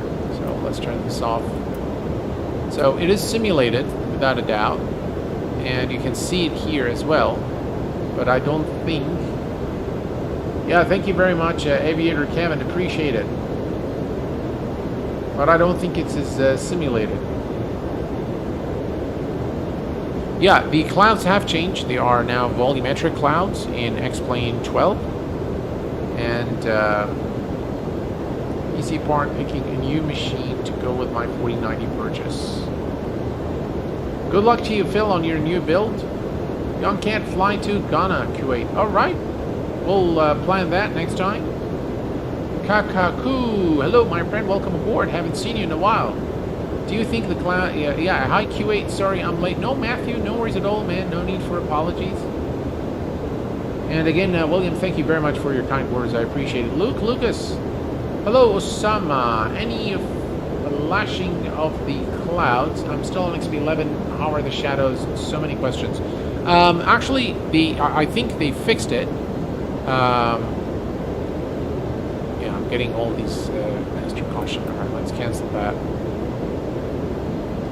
It looks like they fixed it. I haven't been getting the flickers. You get a little bit, but not as bad as it used to be. I hope we're not losing fuel.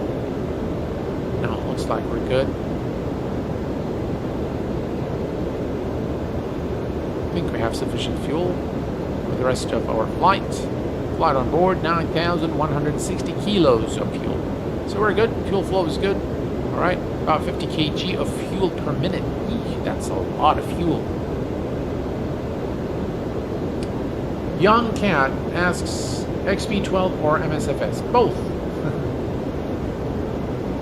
Yeah, it looks like they fixed a lot of things in after beta 14, but it looks like they've broken a few things as well. I think the Zebo doesn't work very well. They're both very nice, really. I really cannot pick one over the other, like Carl said. Well said, Carl, yeah. It's definitely improving. It's definitely improving, and it's coming along very nicely. Now, by the way, guys, here you can see the ring that I've created, the 10 nautical mile ring around the final fix for runway 11 right at Noi Bai in Vietnam. So, yeah, so we have it here. This is the A-beam that we've created as well. All right, very good. Excellent. We're looking good. 21,000 feet for 1900. And here's a look, ladies and gentlemen, at the outside. Look at that. Yeah, I mean, it looks really good. Let me just change the time just a little bit here. And there you go. Look at that, guys. Look at this scene here. This looks very, very nice indeed. I do like xplane 12 a lot. Here's the wing view. Another wing view. The other side. And back in the cockpit. 20,000 feet. We're looking good. I'm going to switch this to 40 nautical miles now.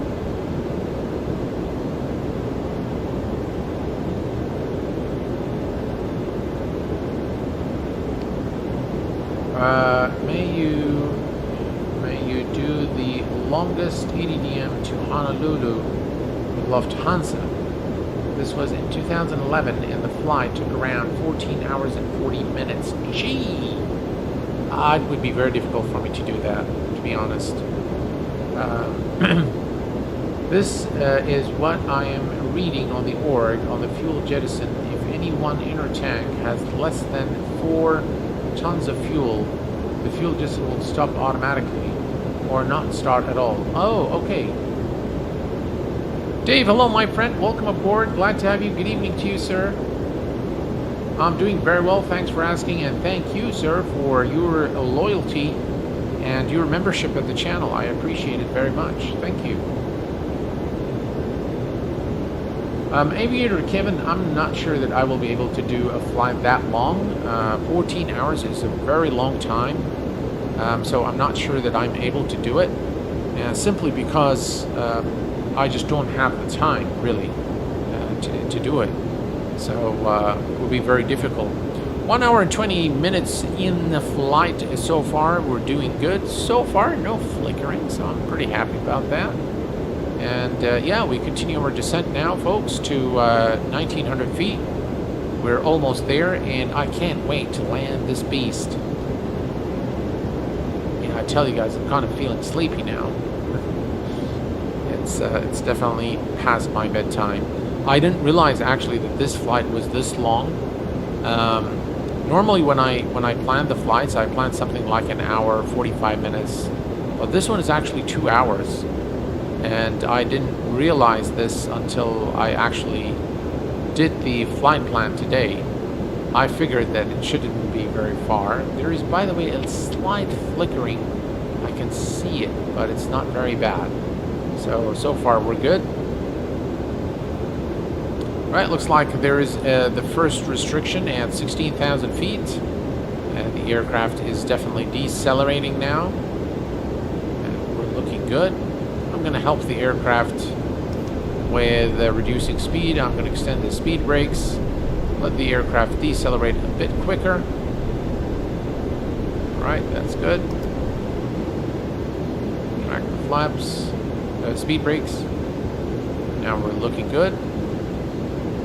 Thrust is in descent mode. Continue to decelerate the aircraft.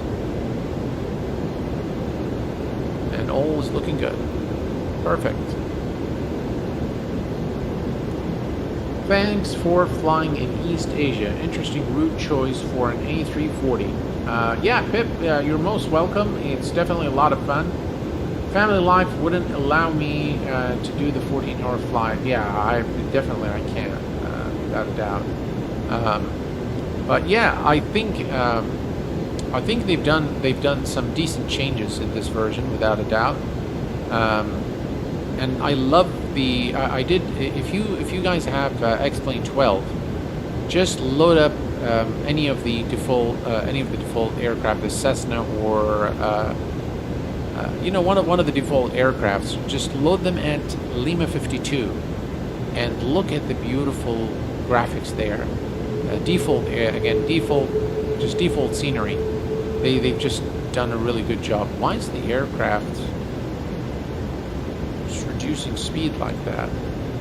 Let's take a look here. 289. And it should stop here. All right. There we go. We begin the descent again. Perfect. Just in time. And we should actually maybe extend flaps, but I'm going to leave it for now. We're looking good. 15,000 for 1900. That's just too bright, I think. The sun.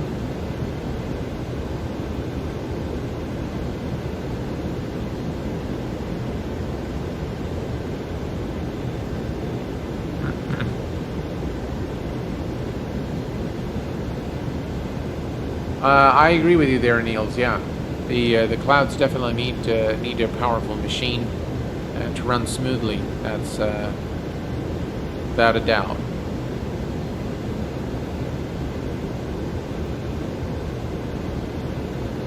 All's looking good.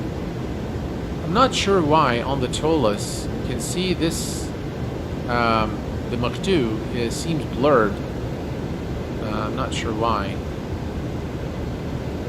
This is okay, so the EFB is okay, the displays are okay. This one is a little bit blurry as well, but this one is really bad.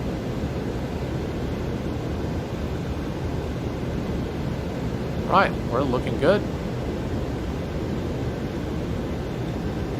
Here's our, let's see.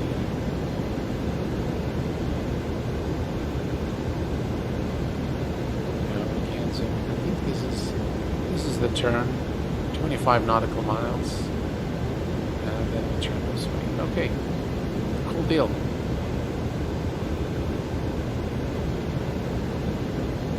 Perfect. Still looking good.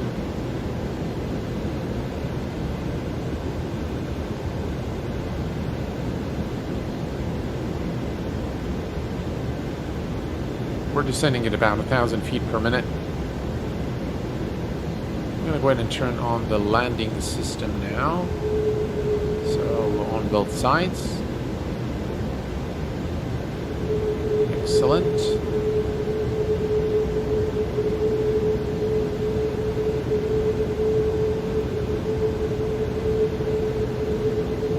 I'm not sure why YouTube keeps asking me to display ads. Peter, hello my friend, welcome aboard. Glad to have you with us. It's been a while. Thank you very much, by the way, for your continued support, being a member here at the channel. Tony, 2 times, hello my friend, welcome aboard. The sun looks like the Gargantua from the Interstellar. So bright, yeah. Is there a performance hit going from xplane 11 to xplane 12? Actually, yes, because it's still in early access. So performance is lacking still in xplane 12. Peter, how have you been, my friend? H. Martin, hello, my friend. Welcome aboard, and thank you very much for being here this evening and for being a member at the QA Pilot channel. I appreciate it very much, my friend. You are just in time for the landing, which I hope I can butter it for you guys. We'll see what happens, but all intentions are good. So definitely I intend to give you guys a good show. I hope I have been successful thus far, and Just fine, sir. Busy as always. Glad to be here, though. Well, glad to have you, Peter.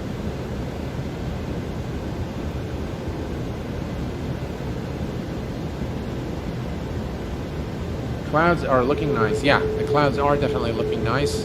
So far, no flickering. And here's a wing view here. Again, they still, by the way, need work, but I think they're improving with every beta. I can see the improvements, and I'm just absolutely loving xplane 12 just as much as I enjoy MSFS. Just both sims are great now, and I just really want Laminar to focus on fixing some of the things that are just kind of bothering me, bugging me. Alright, we're getting close to 10,000 feet, ladies and gentlemen, and we're going to turn on our landing lights, runway turn off lights, nose lights to take off. We're going to also turn the wing lights and we're going to turn on the seat belt and non-smoking signs on in preparation for landing. And we are looking good. We are at the 10,000 mark. We're going to decrease range to 20. So this is our ring here, so we're getting pretty close now to our destination, and yeah. Alright, that's 10,000 feet. Almost there now.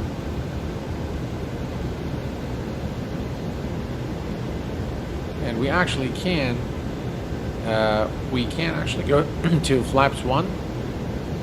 Right, fair reference is 1011, was it? 107, okay.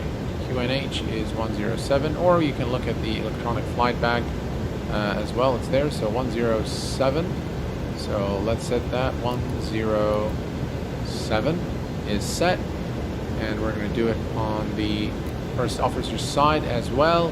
It's right here, 107. Is now set. Perfect. Right, we're looking good. Here's a look at the outside. And this majestic Toliss A340-600. Lovely lights there of the aircraft. Looks fantastic. In fact, if you look at the back here, it has the curvature of the A380. Looks just really nice. Very nice aircraft.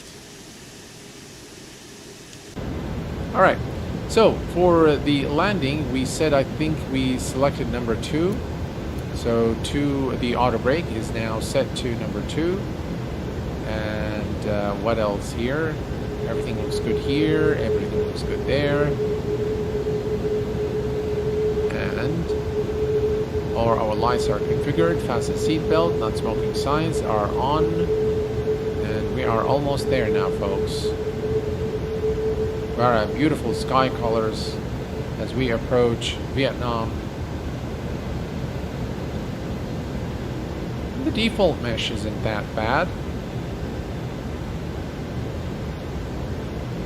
Amari Joseph, good evening, my friend. Welcome aboard. Thank you very much for your support, being a member, being a moderator, and for all your kind words. It's very good to see you here with us, sir. Appreciate it. Thanks for being here.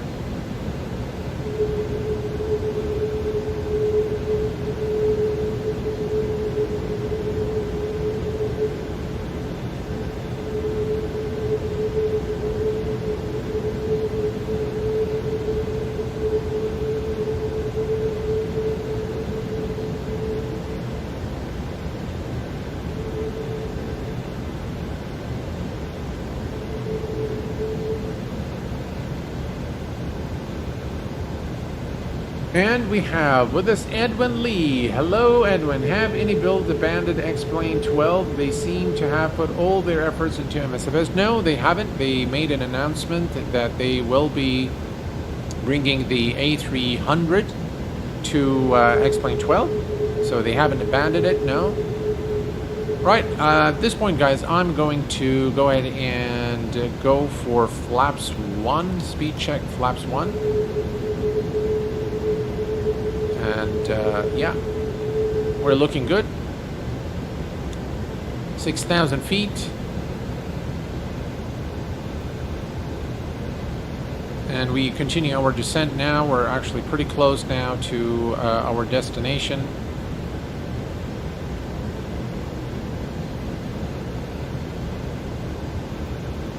And we continue. The final approach altitude is 1,900 feet.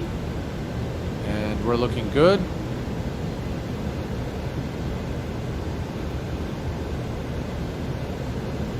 Yeah, all is looking good. Perfect. We're going to go ahead and arm the speed brake as well.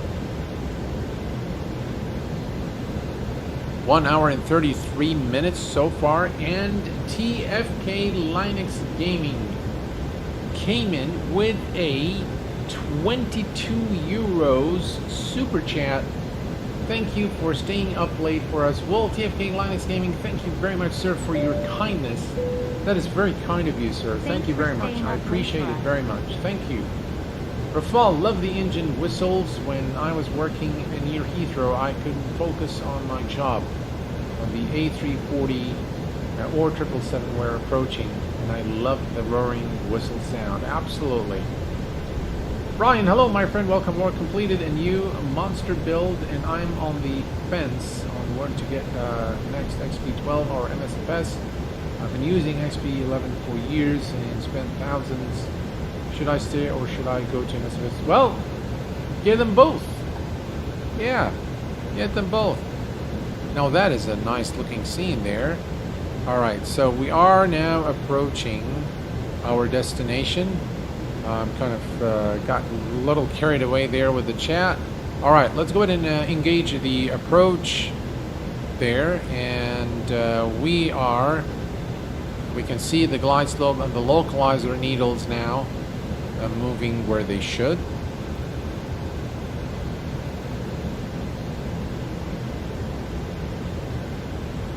Actually, guys, this looks pretty good, I have to say. I'm going to change the time just a little bit so that when we do the replay, things are not dark and we can actually see what's going on. But we are almost there now. Let's do the range there. And yeah, we're almost there. So once we hit this point here, we should have the approach phase activated, which it isn't yet. So if we go to performance here, oh, the approach phase is active. Okay, cool. All right.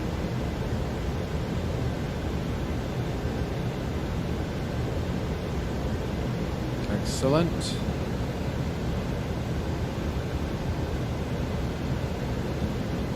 Wow, this looks really good.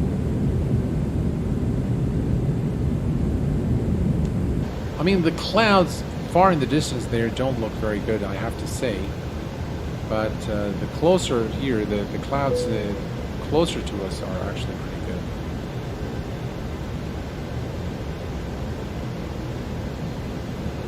Alright, and we're going to begin the turn now towards the runway.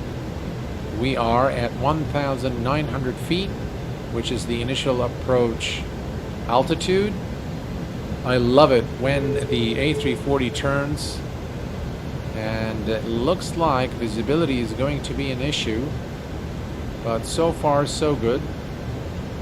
We're lining up with the runway now, and we are also reducing our speed. We are looking good, and we're going to maintain 1,900.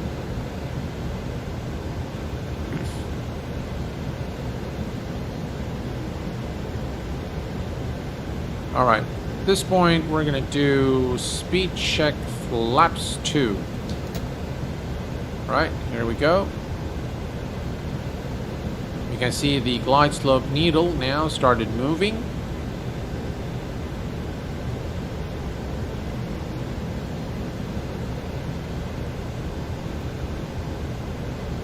And landing gear is going down.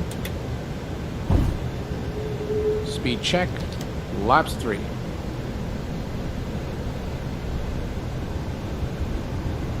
There is some sort of a flicker ahead of us.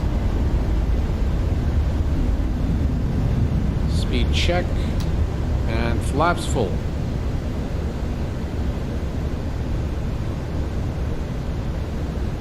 I'm not sure if that flicker is the runway or not, but it looks like it's right straight ahead of us. No, that's the runway right there. All right, I can see the runway now. Perfect. And we will momentarily disconnect the autopilot and hand fly the aircraft. We have the runway in sight. We are cleared to land.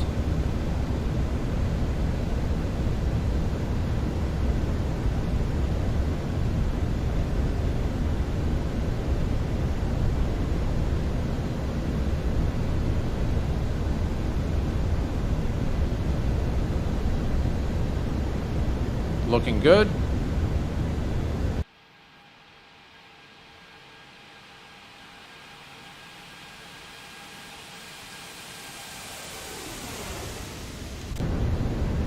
All right, 1,000 feet, folks, and let's go ahead and disconnect the autopilot. 1,000. Autopilot is disconnected, and my airplane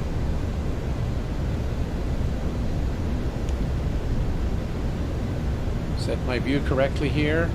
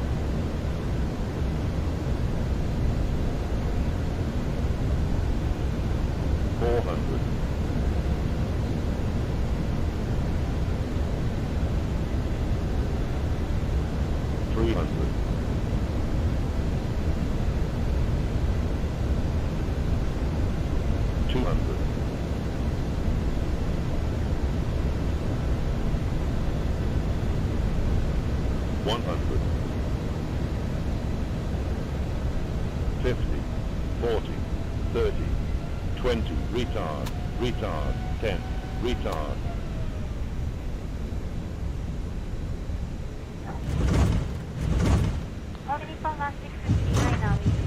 And ladies and gentlemen, welcome to Vietnam. Reversers are out.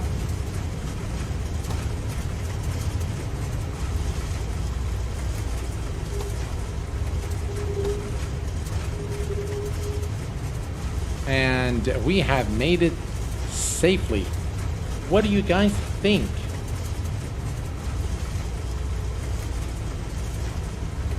All right, we're gonna do of course a replay in just a minute here.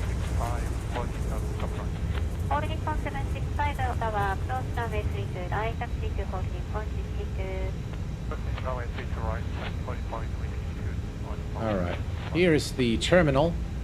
Again, over at Noi Bai in Vietnam.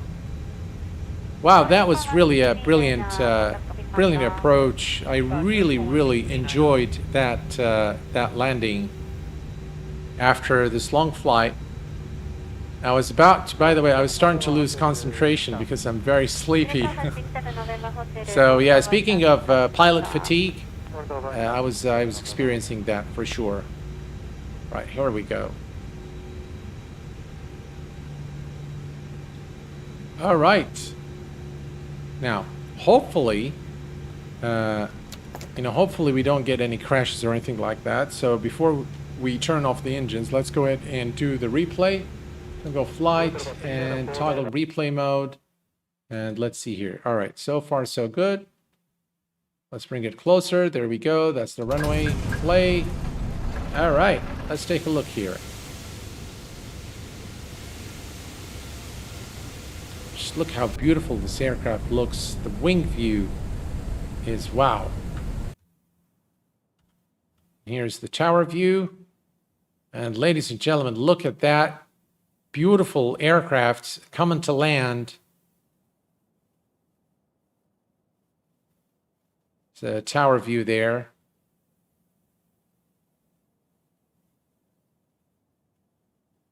I love the replay in xplane. It is just so believable.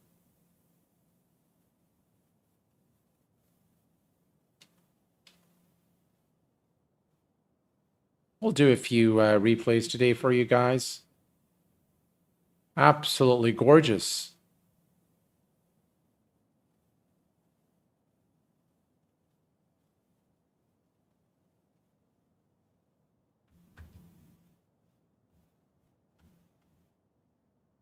Look at that.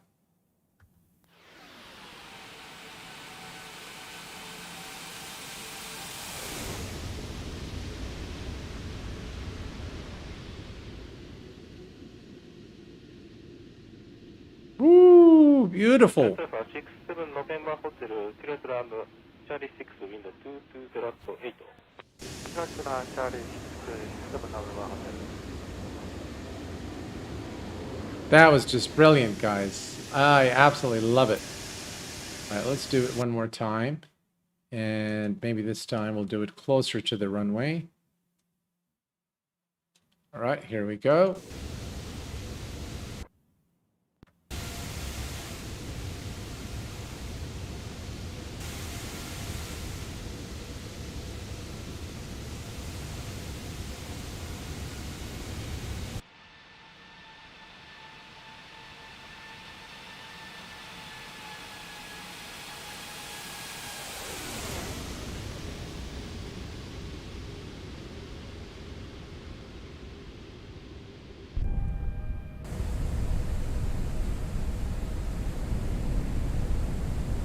Wing view.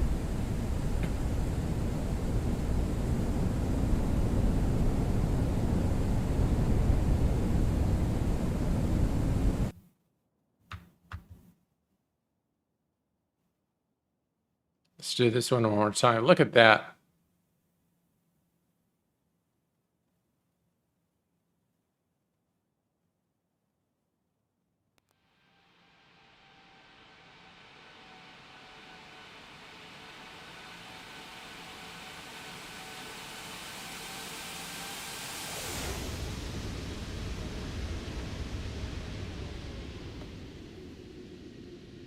Whee. Only for 765 runway 32 left at Whiskey 2, line number 3. 32 left at Whiskey 2, line number 1 for 765. Well, I tell you guys, this was absolutely brilliant. Very, very cool indeed.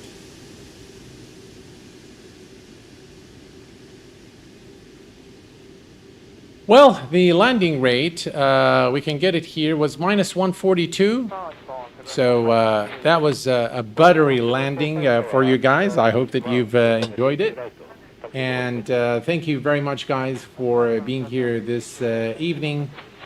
No recording moves. Thank you very much, sir, for your support. I appreciate it. And thanks for making it here in the nick of time to witness the landing. Edwin Lee, take care, my friend. Thank you very much.